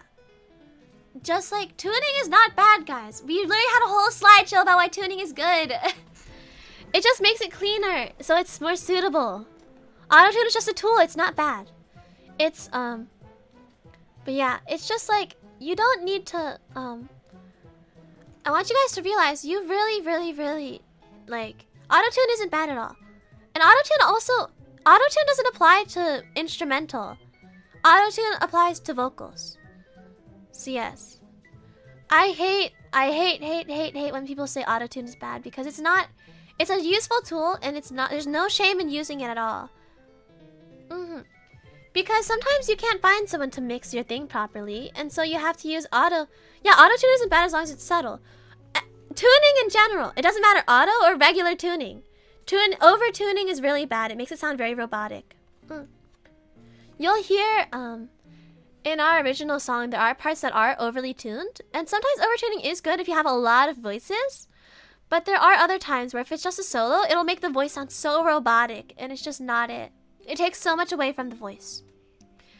So yes, auto-tune and tuning is very different. Not very different. The only difference is that someone manually actually did the tuning for regular tuning, and auto-tune was just automatically done. But auto-tuning can sometimes get things wrong, depending on how much your voice is off. But yes. Make sure... But yeah, just like... If I hear auto-tune is bad one more time, it's just not good. Yeah, I hate when people say auto-tune is bad. But yeah. Honestly, there's just so much that you can only go like so far with mixing. Like, I hate when people shame people for using auto-tune or just mixing in general, because that's what makes it sound studio ready. Because if you just record it like as if it's a live recording, it only sounds so good. I'm sorry if I offended you about that. No, it's okay. Don't even worry about it. It's something that needs to be addressed because it's a problem in this world. When people talk about music when they don't actually understand it, and then they shame people for it. Because they don't understand it. They don't really understand. And that's totally fine. We should educate more people. That's why I did this stream. You know? So that people know what actually goes down. So that when they roast people for doing things, they can actually, you know.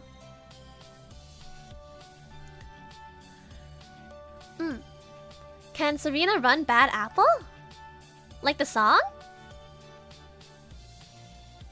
Yes, someone please clip me explaining the auto-tune, please, because I hate seeing people shaming people about that stuff when they don't even know what they're actually saying, you know?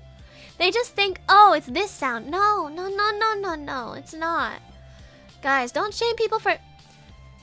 If you shame people for using, like... Yeah, like, there's a difference... When you're recording something to be listened to, it's very different from performing something live. You just can't. It's just very different. You can't do that. Because when you're live, yes, you don't need filters and stuff. You just need your equipment. That's all you need. You need it on a speaker. It's live. But for recordings, you need it to sound clean because you can only replicate so much with actual recording equipment of your voice. And that's supposed to be a recording that people are listening to forever. You want it to make sure it's clean. Sorry, there's something I'm very passionate about if you can't tell. But, yes. But yes, Bad Apple. I can sing Bad Apple. I'm not gonna sing it on my karaoke just because I haven't practiced it, but it's, hold on. Wait, do you want me to... Here, I can sing a little bit of it. Let me pull up the lyrics.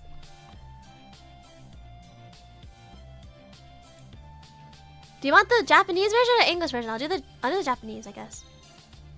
Hold on, let me mute my VGM. Here you go. 流れてく時の流れでもからるさがほらぐらぐる回って私なら離れる心も見えないわそう知らない There you go. That's Bad Apple. There you go. That's it. That's all you're getting.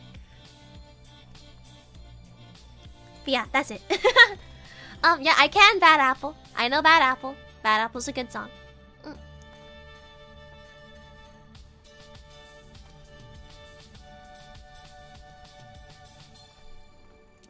Yeah. I love Bad Apple. It's a good song. But yes. Honestly, when Bad Apple is good. Yes. I like the bonus, the chat. Thank you. My overlays were done by Lucy Moon Sailor. They're very talented. They also did Lemmy's overlays. But yeah.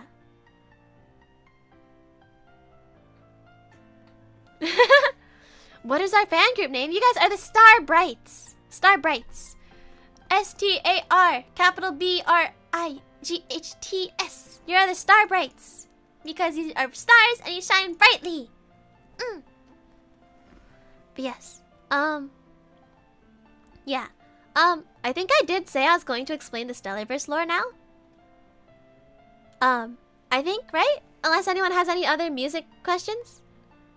I'm letting you guys ask about music right now. Before I go into the big lore about the Stellarverse. Are there any more music questions before I move on? I'm giving you one last chance. One last chance to ask. Before we move on. Music questions. Yes, yes, yes. No, no, no.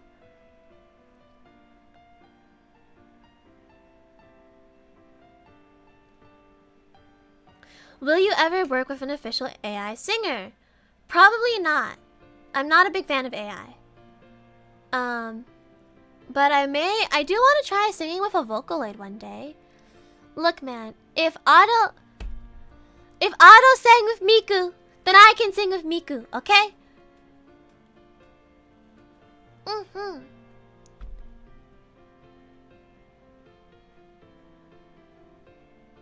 Will you call up Neurosama? Probably not. I think she's really cool. But again, I'm not really a huge fan of AI. I'm not really a huge AI person.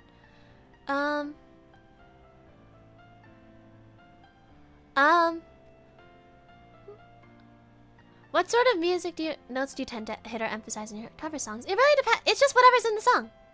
I don't decide that. It's just what's there. And typically I decide based off of like what actually feels like a climax in the song.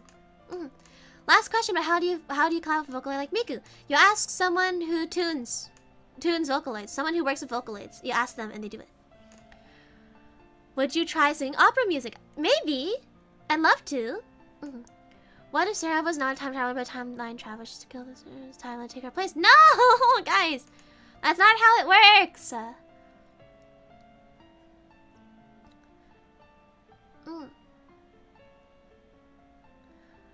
That would have been a cool collab. This is a bad day for the swarm. Okay, I'm just gonna talk about the Stellarverse lore now since they didn't promote it, so no one really knows it, and no one really knows the actual Stellarverse lore. And so, yeah. I'm gonna explain it. So basically, the Stellarverse is a universe that is dying of a disease. It's dying of a disease that basically causes really, like, lots of hopelessness and sadness. And so, our two managers, Senbei-san and H-chan, decided that they needed, in order to save their universe, bring people over from other universes to spread joy and basically save their universe from this sadness disease. And so, they isekai'd a bunch of different people from all across the galaxy to basically bring joy to this universe. And so we're the Stellarverse. Some people came willingly. Some people didn't. I came willingly. A lot of people didn't. A lot of people just fell into a portal. But yeah. Toka-sama basically followed me here. Because she originally saw me and she went, I'm gonna watch over this human. And then eventually, I ruined things in my timeline, or my universe. And so I wanted to, try and fix this one since I was invited instead. Because I couldn't fix mine. And so, once I changed universes and I came here, Toka followed me. So I did was everyone killed? Guys, watch the lore videos!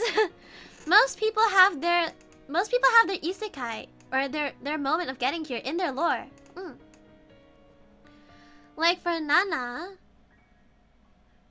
So for Nana, in her lore video, she falls into a portal. I think Galmi also falls into the portal. Rina, I'm pretty sure she got, when she became the dream entity, I think she made it here because she was invited. Yui just kind of got... There's lore videos? Yes! Most people have lore videos out, yes. Like, basically everyone but me. Everyone but me has lore videos because my original song is my lore. So yeah, there's lots of lore videos. But yeah, yeah, everyone has their lore, how they got here and whatnot.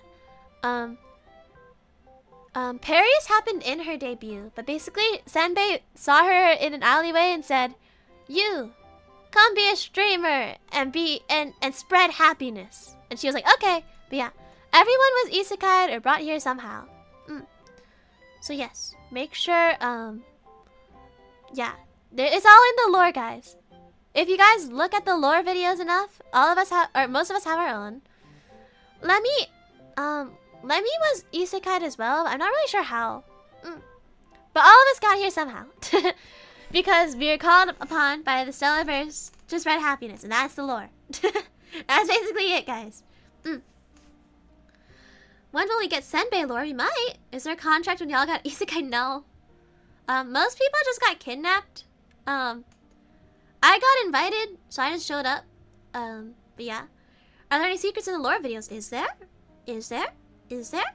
It depends on the individual. Was there an NDA? I don't know. Was there? Was there? Was there? Wouldn't you like to know? Wasn't Lemmy isekai by a shoe? Maybe? I don't really understand everybody. Will second gen be bad guys of this universe? Whoa, whoa, whoa, whoa, whoa. When did we say we were getting a second gen, guys? We don't even have...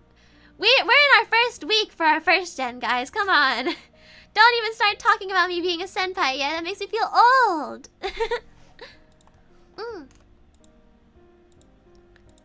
Second gen is way too fast, guys. We barely have our first gen's footing down. So do you guys get to go back once all the sadness stuff is destroyed? Maybe.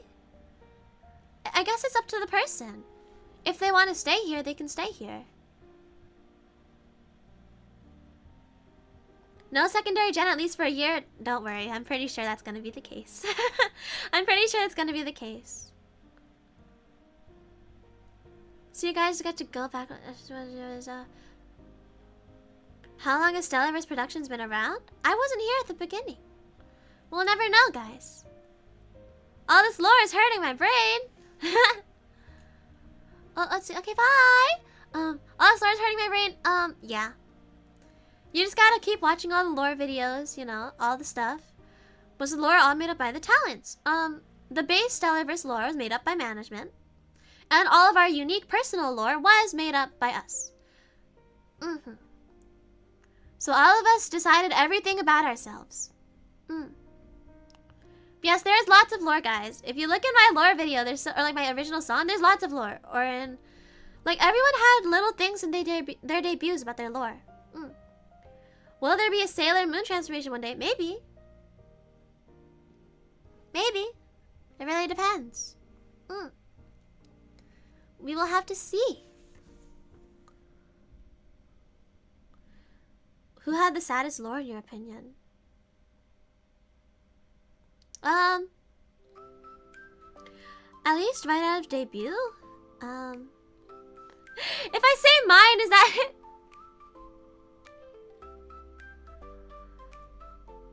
If I say my own, is that cheating? I feel bad if I say my own. Everyone has really... A lot of people have really sad lore. Although Toka's and I are kind of tired, so we kind of get double points there, I guess. But if I say mine, I guess... Does that make sense? Does that make sense? But,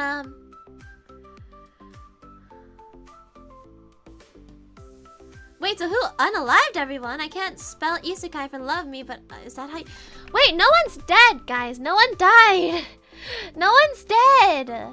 No one died. Guys, being isekai doesn't mean you have to die. It just means that you're brought to another universe. Nobody's dead. None of Infinium is dead. Well, actually, Rina might be. Portal isekai, not Truck-kun. Exactly.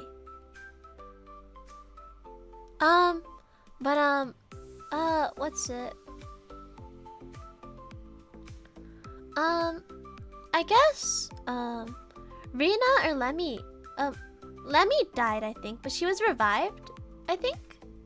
I'm not really sure. You'd have to ask her.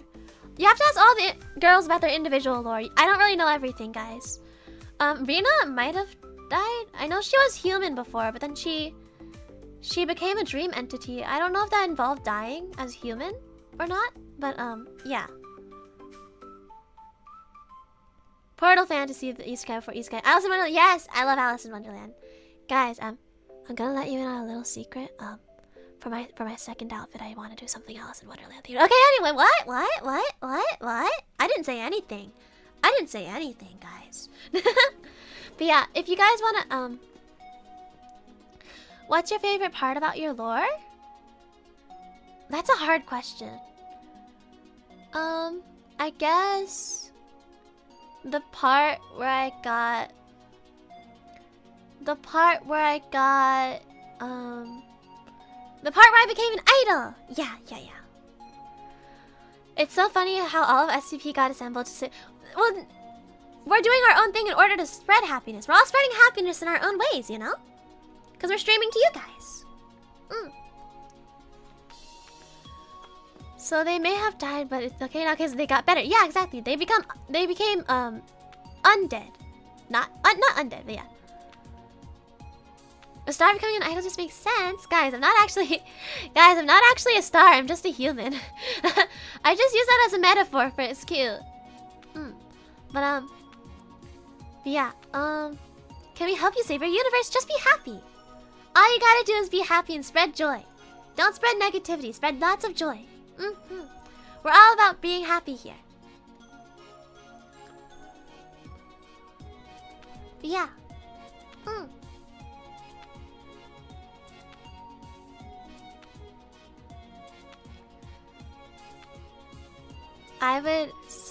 Somebody is a secret menace in this chat. What? But yeah, that's the lore. That's all of the lore, guys. There's a lot of it. Also, guys, if you couldn't tell, the stream's gonna be a lot shorter just because it was a deep dive and I only had so much to yap about. But yes. Will more lore be coming soon? Not soon. Not really soon, I don't think. But definitely as more outfits come on or more original songs happen, I will definitely have more lore. If I have the opportunity to have a medium where I can drop more lore, I will. For whether it be for another outfit or another original song, I definitely do want to drop more lore. Will we be able to shoot stars? No! Guys, why would you need to? No violence is allowed in my server. No violence is allowed in my fan base. You cannot have violence. No. Will the Starbrights ever be a part of the lore? Maybe. We'll see. You guys might have a little cameo, maybe. What if one of your skills is to summon the Starbrights while you're evil? Maybe. I don't know. No violence unless they attack first. That is correct, guys. No violence unless they attack first. Serena shooting stars with a rifle would be an insane piece of lore. Guys, no. I don't like guns, guys. I really don't like guns. I don't like guns at all. I don't really like guns. Unless they're in like games, I really don't like guns. No. But I really want... Does them saying we're not bright enough count as attacking first? No! They have to physically hurt you first. The ocean did... Guys, stop attacking the ocean! Stop it. You can't attack the ocean. I told you guys already. You're gonna make it so we can't fish anymore, and then we can't do any more web fishing. Guys. You can't attack the ocean. What about the sun? You can't attack the sun either. The earth would die. The earth would die, guys. You can't attack the sun. No attacking the planet or the nation or the ecosystem. No attacking nature. So what are your powers that you were originally given?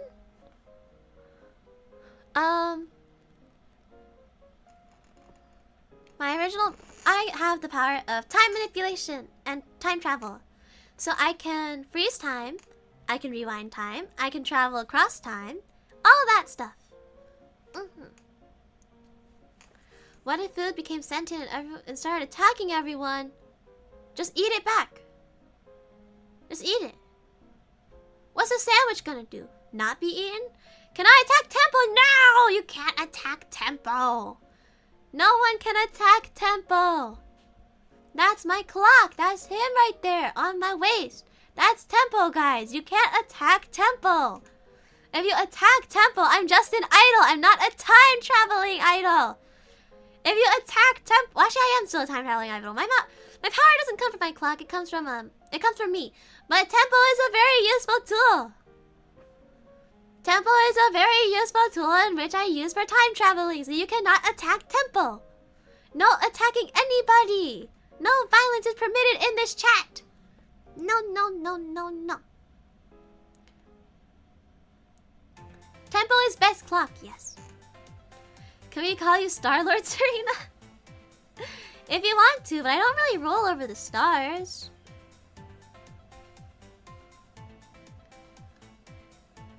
Guys, you can't shoot Tempo! No! But guys, you can't... Guys, it's not... It's... I'm not a Star-Lord. I don't rule over any stars, so I'm not a lord. You can't shoot Tempo. You can't shoot the sun. You can't shoot the ocean. None of it. You just kind of shoot Tempo every breakdown. Sometimes he takes a break. Sometimes he's on break, you know? Sometimes he's like, sorry, Serena, I gotta go take a break. Sorry, Sarah. No time traveling without me. I gotta go take a break. I go drink like his mimosas or something. Somebody can't. What can we do? Be happy and spread positivity. Don't roll over the stars. I'm not a time... Am I a Time Lord?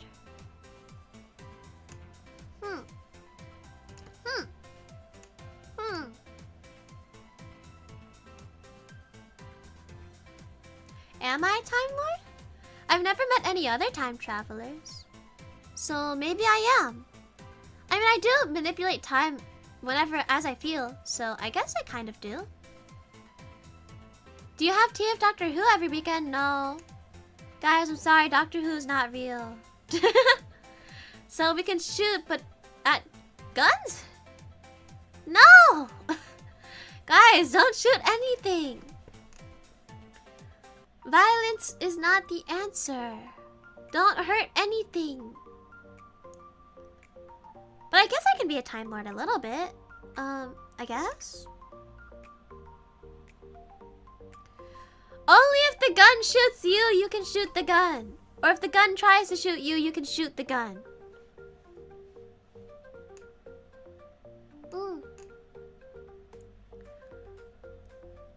This is an absolutely fun stream. What do you mean? Is Santa Claus real? Santa Claus is real. Anyone who says Santa Claus is not real is wrong. Santa Claus is real. Santa Claus is very, very, very real. And anyone who says Santa Claus is not real is wrong and dumb and a liar. Santa Claus is real. Because Santa Claus is Santa Claus and Doctor Who is Doctor Who. They're two different people and they're not...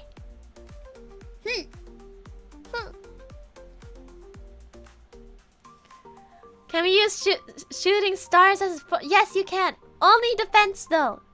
Only defense. You can't use it to just attack people for no reason. Okay? Okay. I have a picture of Santa Claus. He is real. Exactly! You cannot say Santa Claus is fake. Santa Claus is real. Santa Claus is real, real, real, real. And he's giving you guys a gift on Christmas. So just look out for that, okay? I won't tell you what it is. But he is bringing you guys a gift for Christmas. Do you live among the stars? No, I live in the Stellarverse. Guys, I have a house. I live in a house, guys. Guys, I don't live anywhere special. Speaking of true, Santa is the homie. Exactly. Santa Claus is the homie. So if Santa's real, is Krampus real? I don't know. I've never met the guy.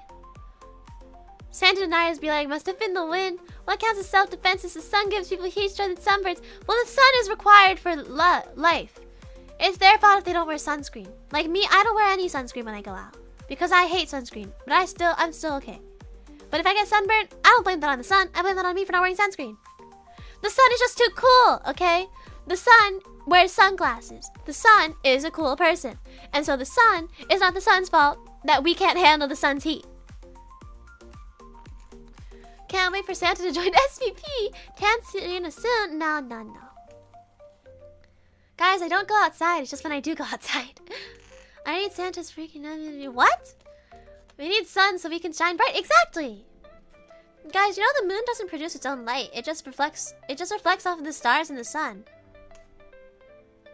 Gyaru, Serena toggle. Gyaru? What? Like, what do you mean by gyaru? Like the style? Like the fashion style? Will Tempo join Gen 2? No, guys. Tempo will not be in Gen 2. Tempo is busy being my clock. Tempo can't be Gen 2. They're busy being my clock. The tan woman style in Japan.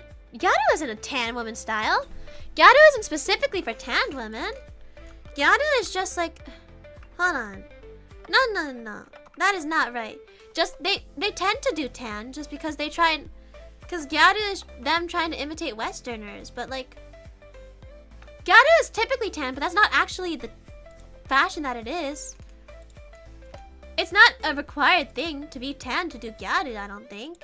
There are people who don't do like tans that are Gyaru. Are there other activities that you never tried that you always want to try? Baking! Baking. But overall, I just want to try everything. I want to try a little bit of everything. But yeah, Gyaru is just... Gyaru doesn't have to be tan. Gyaru can be pale too. Gyaru is just because they base themselves off of Western styles. And so a lot of Westerners they see are tan. And so that's why they do the tan. But it doesn't have to be tan. Like when you look up Gyaru, some of them are tan, but some of them aren't as well. Baking stream one day. Skydiving, no! Yeah. Yuli and I, if we ever meet in person, we already have it planned that we want to bake together or cook something together. What's the next game you're going to play? Minecraft? I think I'm going to be playing Minecraft in an open collab with everybody. Yeah. On Sunday. Because tomorrow I'm doing karaoke.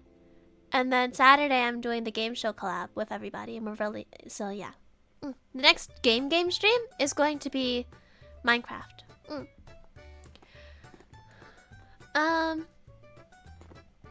So is there going to be an SVP Minecraft server? Yes. Yes, there is. There already is. It's existed for a while, actually. IRL chemistry? No. Not chemistry, baking. I mean, although baking is chemistry, kind of, but like not really.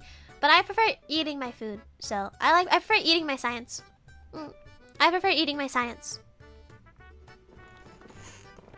Yeah.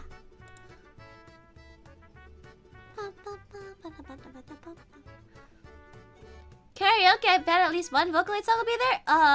More than one.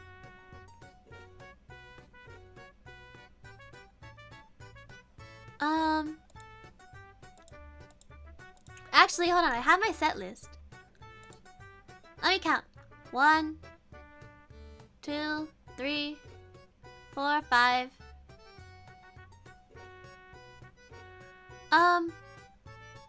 There's 5 Vocaloid songs on there. But a lot of them are like J-pop that are like really J-pop artists that are connected to Vocaloid in a way. And so some of them are also kind of Vocaloid, but not because they're Vocaloid community, but like human singer. Will you ever play a didgeridoo? No! Baking stream, does that mean there will be? Someday. I don't have a hand cam setup, guys. I don't have a hand cam setup, so I can't do hand cams right now. But eventually I will. Hand revealer gloves? I don't know. We weren't told the rules on that. I have to decide if I want to do gloves or my actual hands yet. We'll see. We'll see.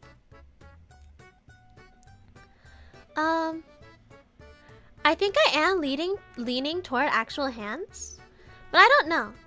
We were told specific rules about that though, so I won't tell anyone like I will do gloves or regular hands. I am leaning toward my regular hands, but we'll see.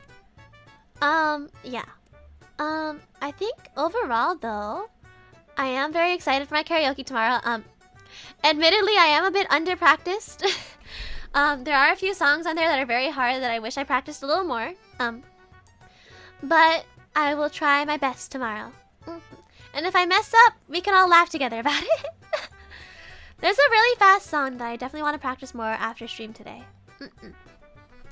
But yeah. Beat reveal now! No. Guys, I'm a say-so idol. I would never do that. No. I like having my shoes on. Like, guys, look at the shoes. Look at these adorable shoes that Lucy Mama made me. Why would you want anything else but my shoes? My beautiful, beautiful shoes. My beautiful heels, my beautiful shoes. They're very beautiful and very well crafted. Why would you want anything else? Are you saying you don't love Lucy Mama's work? Are you saying that you don't like Lucy Mama's work? Are you insulting my mama? Are you insulting my mama?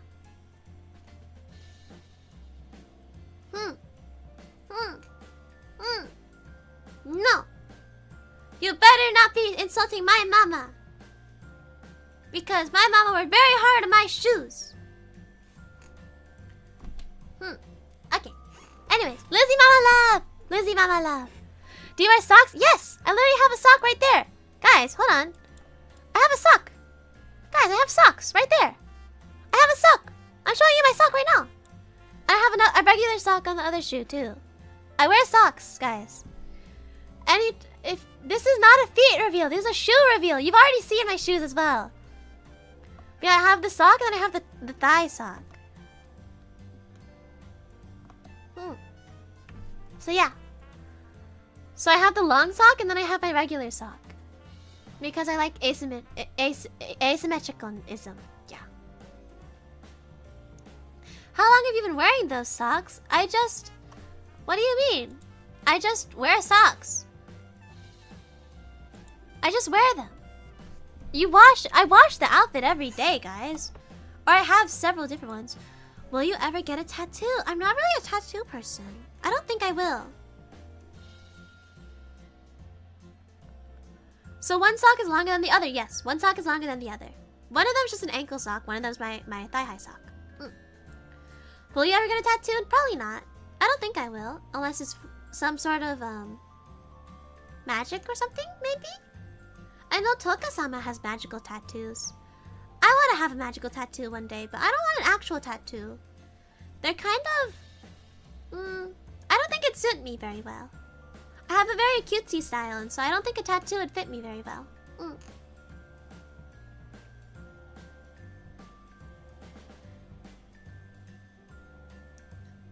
But yeah, I think we should wrap up the stream soon, guys, a little bit. In a little bit here, I think we should wrap up the stream. Yeah? Maybe? What are your plans for the holidays? As much as I really do want to stream with you guys, I have family, so I'm gonna spend my Christmas or my holidays with my family. Yes. I'm probably not gonna be with you. Probably not gonna spend it with you guys as much as I'd love to. My family would actually destroy me. My family would be like, "Why are you not at our family Christmas? Where are you? Why are you working?" So yeah, probably not. At least not this year. I know some of the other girls are streaming on Christmas. I think some of them are planning on doing an open collab where they just talk a little bit and celebrate Christmas together. And if I am around then, I might pop in there. We'll see. No promises though. It really depends because my family loves everybody. So yeah, I'll definitely be spending the holidays Like, I'm planning on only taking 3 days off this entire month. So yeah. I will be with you guys for most of the other thing. Will you ever do a collab with Mama Starstruck? Probably not. Mama Starstruck's not very, I wouldn't trust her being on the stream. Let's just say that. Just 3 days, what if you get burnt out? I won't be, don't worry. Because chatting with you guys makes me so happy. And so it doesn't really make me feel burnt out. But yeah, I don't really trust Mama Starstruck on stream. So you guys probably won't ever meet her. But yeah. I'm probably not gonna have any family on stream ever. I don't really trust them to do that. What did she do? She didn't really do anything. It's just that I don't really trust her to, she's not the most aware. She's very aware of the internet, but she's not very aware of internet safety. She doesn't really understand why I can't be like, I'm like, hey mom, don't call me while I'm on stream, while I'm working, because that'll dox us, and then it'll be really bad when people know where we live. She doesn't really understand that, you know? And so, yeah. She doesn't really understand internet safety, and so I don't want her to say something wrong.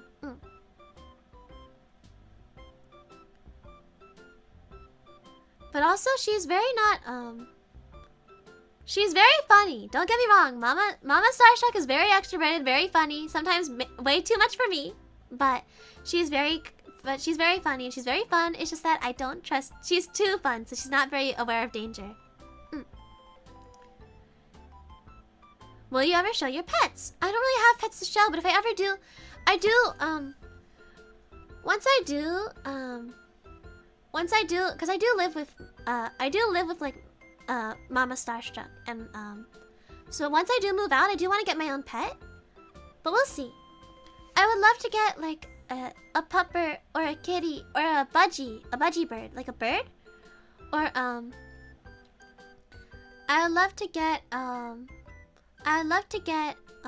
maybe a chinchilla. Chinchillas are really cute. A lot of the other girls have pets, but I don't really have pets. We have fish in our house, but yeah. Guys, Tempo's not my pet! Excuse me! Are you bullying my clock? You cannot bully my clock. That is against the rules. I assume your parents know you're a streamer? Kind of? Kind of. She doesn't really fully understand it, but she does know that I am.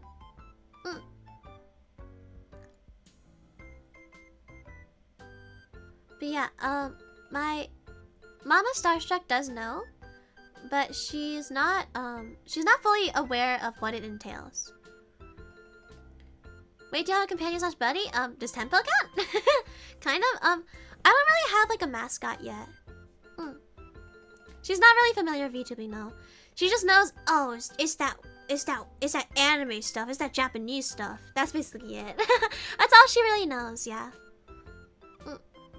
She had to, when I told her, she had to look up VTubing. I came into the kitchen one day while she was sitting there, and she had VTubing on her like browser. Poor Mama Starstruck really had to figure that one out. She did her best to understand, but it's very hard for her to understand sometimes. She doesn't really fully get the appeal because she doesn't even like watching like animated films. So I guess she doesn't really get why this is really cool, I guess. But yeah. She tries her best to understand. She tries her best to support me. She's just happy that I'm working. She's just happy I have a job. She doesn't like Disney movies. She does like Disney, but she doesn't really like animation as a whole. She does really enjoy Disney though. Disney's like an exception. Mainly because she watched it with me as a kid, I think, and so she associates it with when I was growing up, I guess. And you know how parents are sometimes, like, oh, my baby's all grown up, you know, that kind of thing. So she does enjoy Disney just because we watched that as a kid, I think. But also she really loves Disney princesses too. The internet grows every day, exactly. Mama Starstruck watching one of your streams. I don't think she has. I'm pretty sure she doesn't have my channel. I don't think she has my channel, guys, so yeah. Supportive parents nice. Still, exactly. Like, I'm very grateful that she is supportive. She doesn't have to understand. She just has to know what is and isn't appropriate. But yeah.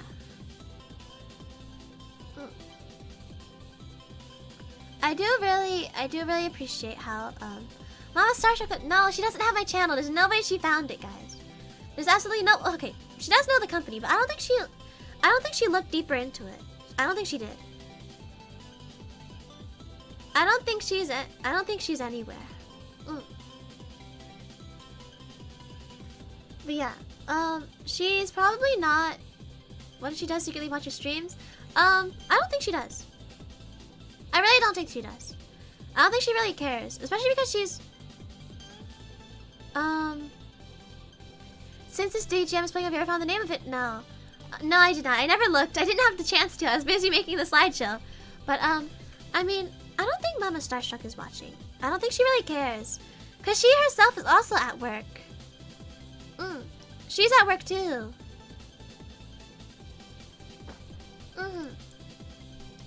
She's not one of the SVP talents. None of them sound like her.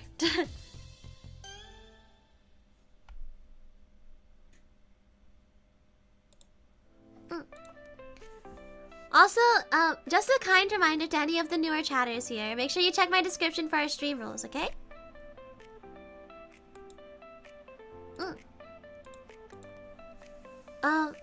Yeah, just make sure you're following the rules, guys. Make Tempo's life easier. But yeah, I definitely do, as cool as it would be to have Mama Starstruck on stream, she is very cool, she's very funny, she's very entertaining. I do not believe that she is, I do not believe that she would be very good to have on stream. She'd be entertaining, but not very safe. But let's just say Mama Starstruck, she loves karaoke. She loves to sing. She loves to drink. All that kind of things. She's a very big party person. But yeah, she also does make a lot of jokes that I think she'd get canceled for. You know how generational sometimes the millennials are like, oh my god, you youngins are so sensitive. Kind of that thing, you know? She doesn't really understand, not yabai per se. More like, she'll get canceled. Yeah. Starstruck Mama will definitely get canceled. Mama Starstruck likes to make a lot of different kinds of off-color jokes, and so she doesn't really understand, yeah, South Park humor, kind of like that, yeah. Things like that. But yeah. She definitely doesn't really match the humor of the internet sometimes. A lot of people don't really like jokes that poke fun at other people. But she does. She really likes to tease people. And so a lot of people may see that as mean, and so yeah. She definitely would not make a lot of, she's very funny. But a lot of the jokes would not be very accepted by some people. Personally, I accept whatever humor as long as it doesn't hurt others too much. Like, as long as everyone understands the joke, then it's okay in my eyes.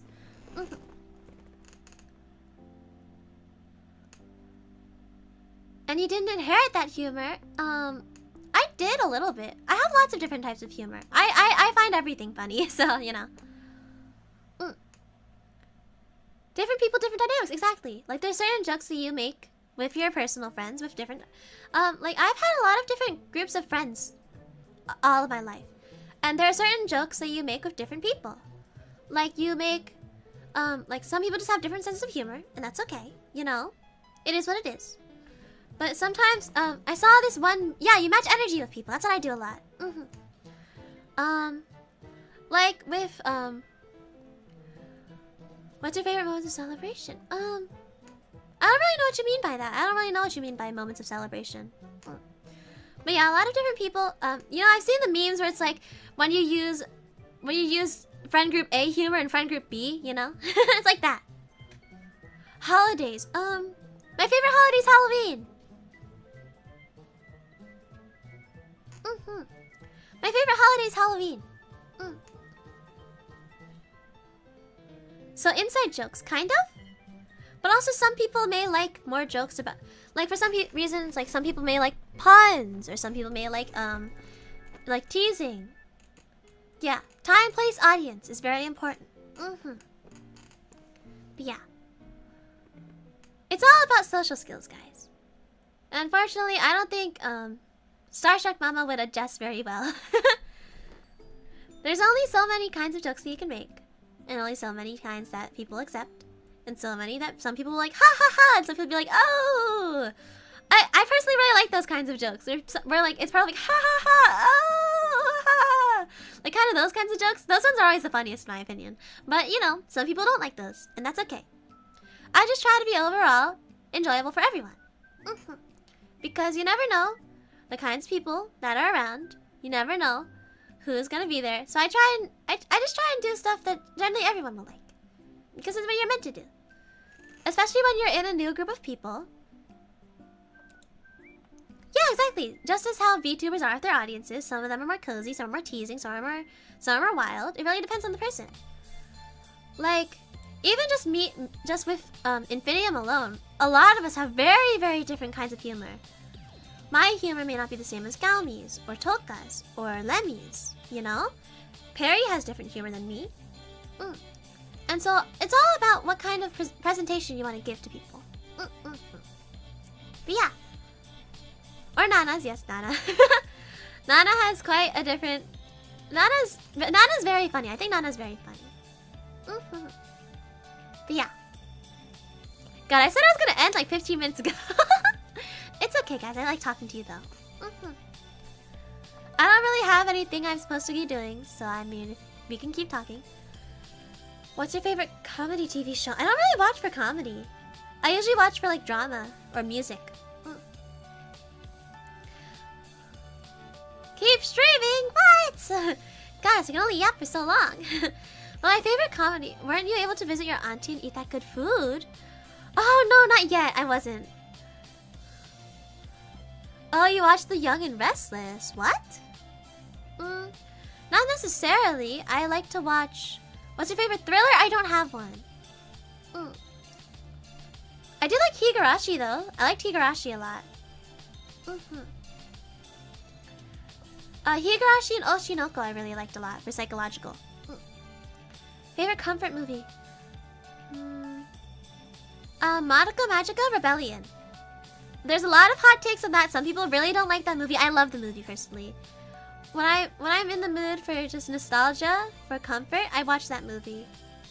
It makes me really happy. Madoka Magica Rebellion. The third movie. I also really loved A Silent Voice as well. Definitely hot take. Yeah, some people love it, some people hate it. I personally love it. I will talk about it on another stream where I talk about Madoka Magica. I'm gonna do a deep dive about Madoka Magica eventually. Do you like anime? Of course. I only watch anime. A Silent Voice is peak. Yes. Yes, I love anime. You guys can check out my 2.0 where I talk about all of the anime and all of the games I like, all that good stuff. I like the Fate Season Bono. Oh, yes.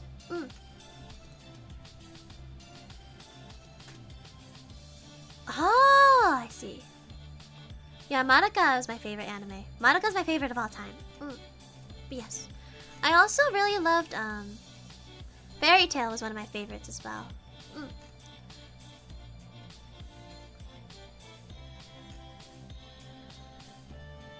What is currently the worst anime you've watched? I love a lot of stuff. I love a lot of stuff. I don't really have any that I don't like because I just kind of, well, if I don't like it, I don't watch it all the way through. And so if I don't like it all the way, if I don't watch it all the way through, I feel like I can't call it bad because I didn't give it a full chance, you know? So I don't really have a least favorite. I only have favorites. I don't really not... It's really hard for me to not like certain media. If I've watched it, I like it. That's typically how it goes. First anime. Oh, that's a hard one. There are some of them that I didn't really know what anime was, and so I watched it without knowing what my first anime is.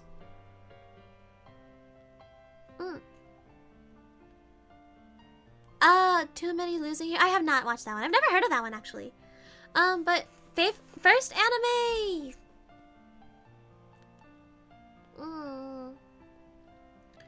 Honestly, I think it was Madoka. Or at least Madoka was one of the first, and it's remained my favorite for a long time. So yeah. Madoka was definitely the one that got me further into anime, I think. I just remember... No! I remember! It was... Glitter Force! It was Glitter Force on Netflix. It was, Precure. I watched, Glitter Force, and then I watched Glitter Force Doki Doki. And then I saw Madoka Magica on Netflix when I was really young, and I said, oh, so this has to be like it, right? And then that was my first... And then, yeah, it went like that.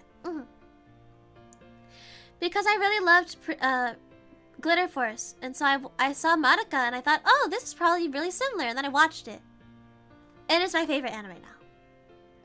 Do you read manga? No, I don't like reading. I don't like reading very much, but I love writing, hate reading. It's very odd. I did read webtoons for a bit though, a long time ago. I do read some mangas, or I did try reading some mangas. I don't read very long ones though. I always stick to the anime. Team childhood friend romance or team foreign new transfer student romance? Childhood friend. Do you like audiobooks? Not really. They did help me through school though. They did help me through school. I just don't like reading. I can't really get myself to focus on it. I need like audio. You probably mentioned this somewhere, but who are you? I'm not telling! I'm not telling! None of you will know who my Oshis are because I never know. If there are Hololive people in my debut, then they could be here. I'm not saying my Oshi is a Hololive person. I'm not saying who my Oshi is, or my Oshis. But I do have a lot of Oshis. I do have a Kami Oshi. And I'm not telling you who they are, so you guys can't go over to their chat and be like, hey, Serena Starstruck said she really loves you. You know? I'm not telling you anything.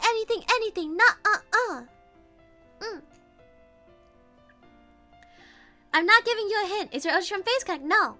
They're not from FaZe. I will say they are in corp. My Oshis are always in corpos, typically. I do like Iron Mouse, but she's not my Oshi.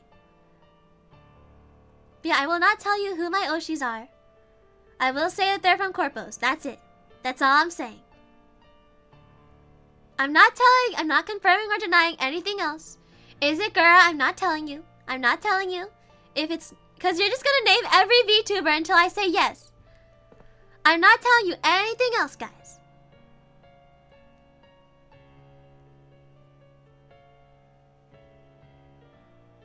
It's obviously... I don't know who that is. But yeah, my Oshis are all corpo. I will say there is a corpo that I really liked, that really inspired me, that I am Dare Demo Daisuki with. However, I will not say. Her Oshi is clearly Yago. Yes, my Oshi is Yago, guys. Totally. But yeah, I will not confirm nor deny anything. All I will say is that there are like 2 specific corpos that I really like, and one of them I'm very Dare Demo Daisuki. But yeah, I will not say who. I will not say where. I will not say anything. Maybe on my anniversary, my 1-year anniversary stream. If you guys remember to say it on my 1-year anniversary, maybe I'll tell you. And you have to shoot super chat it too. You have to remind me to super chat.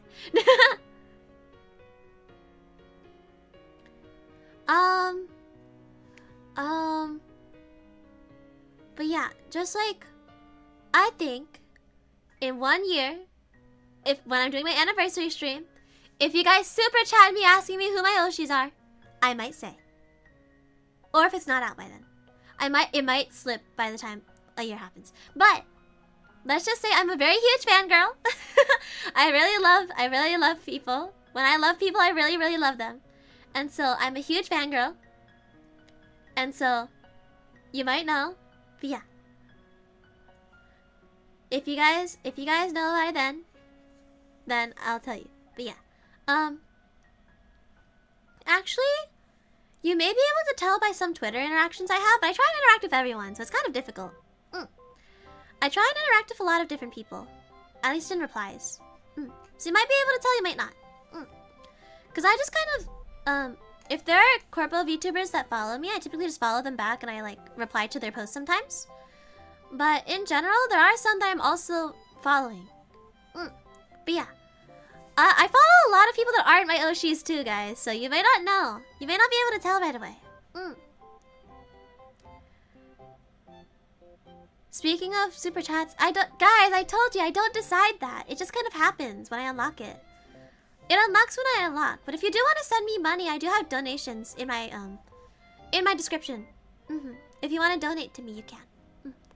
The alerts are working now, so I will see the tips that you give me.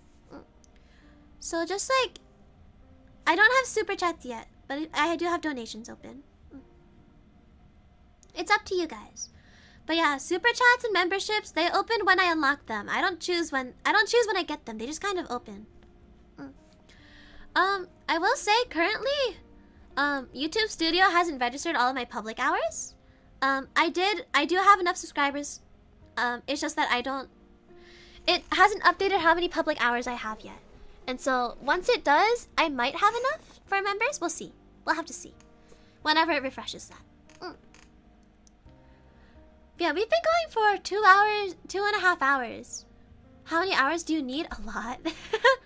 I forget off the top of my head. Hold on, let me check. Let me check right now. Hold on. Let's go for 3 hours. No, guys, I can't talk that long.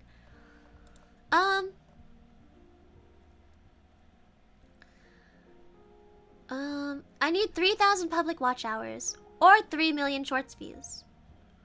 So yeah. What are you saying is put Serena videos into a playlist and let it run for 24 hours? Oh my gosh, guys. Yeah, I need 3K out public watch hours. And the thing is that it doesn't update it right away. It doesn't update right away. Like, it only shows the data up until like 5 days ago. You should do an AFK stream. No, that's not good content, guys. Put a blank screen? No! But yeah, guys, we'll use blurps in future streams. What does that mean? What is a blurp? But yeah, I will definitely, once memberships open, once I unlock memberships and supers, I will do a stream celebrating. So just know that. But yes. The more you watch me, the more closer we'll get to memberships. So watch me loads. Stream Lost in Time. Rewatch my VODs. All that good stuff, okay? Yes.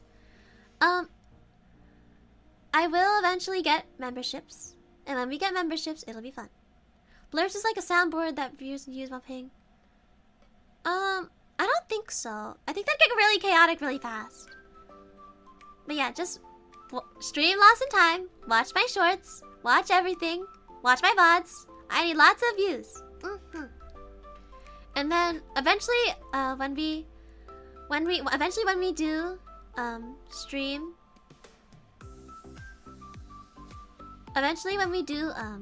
unlock memberships, I will do a membership stream celebrating. But I'll go, yay, we unlocked memberships, and then we'll do that. But yeah. You guys will know once we unlock memberships.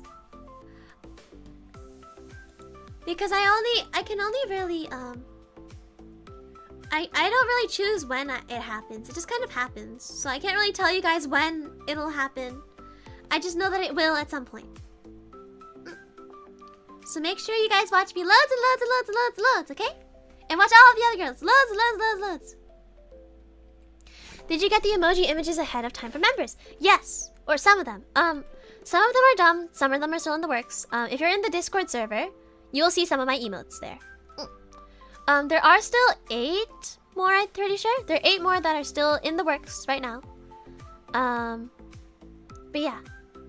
When they're done, they'll be both in the Discord and in my memberships. Memberships coming soon? I don't know. Probably not. Well, it depends on what you count as soon. Who's making them? They're on my 2.0. It's oh wait, it's in my description too. It's in my description too. You can scroll down my description. You'll see everything. Will there be a full-length LP/album for you in the future? I want to. That was one of my goals of my 2.0. That was one of my goals. I really wanted to. I do eventually want to do like a whole album collaborating with lots of different composers. So yeah. Serena, why do you have a gun emote? Ask Tempo. Ask Tempo. I didn't choose that. Tempo just made it. And I said, well, you made it, so I guess we're putting it there. That's basically it. That was not my doing. That was Tempo's doing. Well, you get a collab with Mozart. What? So does that mean you can't? No! No violence! I'm telling you, no violence. Sorry, there's like, someone make the no pomegranates meme, but with me. No pomegranates! No. I don't want to see them anywhere. No pomegranates! How many hours you got so far? It's really hard to tell because can we use an AI voice for that? No! I told you, no AI in my voice, guys. This is a very actually serious boundary that I'm setting here. No AI in my voice. Clip that, please, so people see that. No AI in my voice, please. I don't want it. I'm very uncomfortable with it. No AI in my voice. Genuinely. This is a very serious, actually, like, no. I will get the company to sue you for it. Can we do a voice impression? Sure, that's fine. That's your own voice. That's your own voice, like, work. But, genuinely speaking, I have asked. We may lawyer up if you do AI of us. So don't do it. Okay? Cool. Alright. Back to being not serious. How many public hours do we have? How many public hours do we have? Right now, okay, so the thing is, it's hard because it doesn't update live. It updates, like, it's a few days behind. So right now I have 22 public watch hours, which is not near enough because I need 3,000.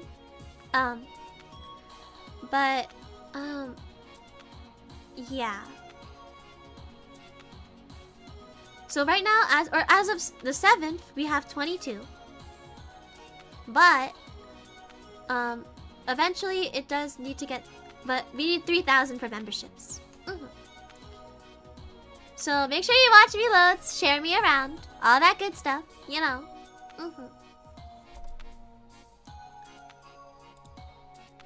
But yeah. Oh my god, we actually almost did go for 3 hours. Guys, I'm gonna end stream. I'm gonna go eat. I'm gonna go do stuff. And I will see you guys tomorrow at 6 p.m. It's not 2 p.m. like normal. It's at 6 p.m. for my karaoke, okay? Let me come over here. Wait, hold on. BGM. Okay. This is my schedule. 6 p.m. EST for my karaoke. It's not 2 p.m. like normal, guys. It's at 6 p.m. Okay? So, make sure you don't show up on my channel at 2 p.m. wondering, where is Serena? Where's her stream? I'll be preparing for my karaoke. But yes, I will see all of you next time, okay? Bye-bye!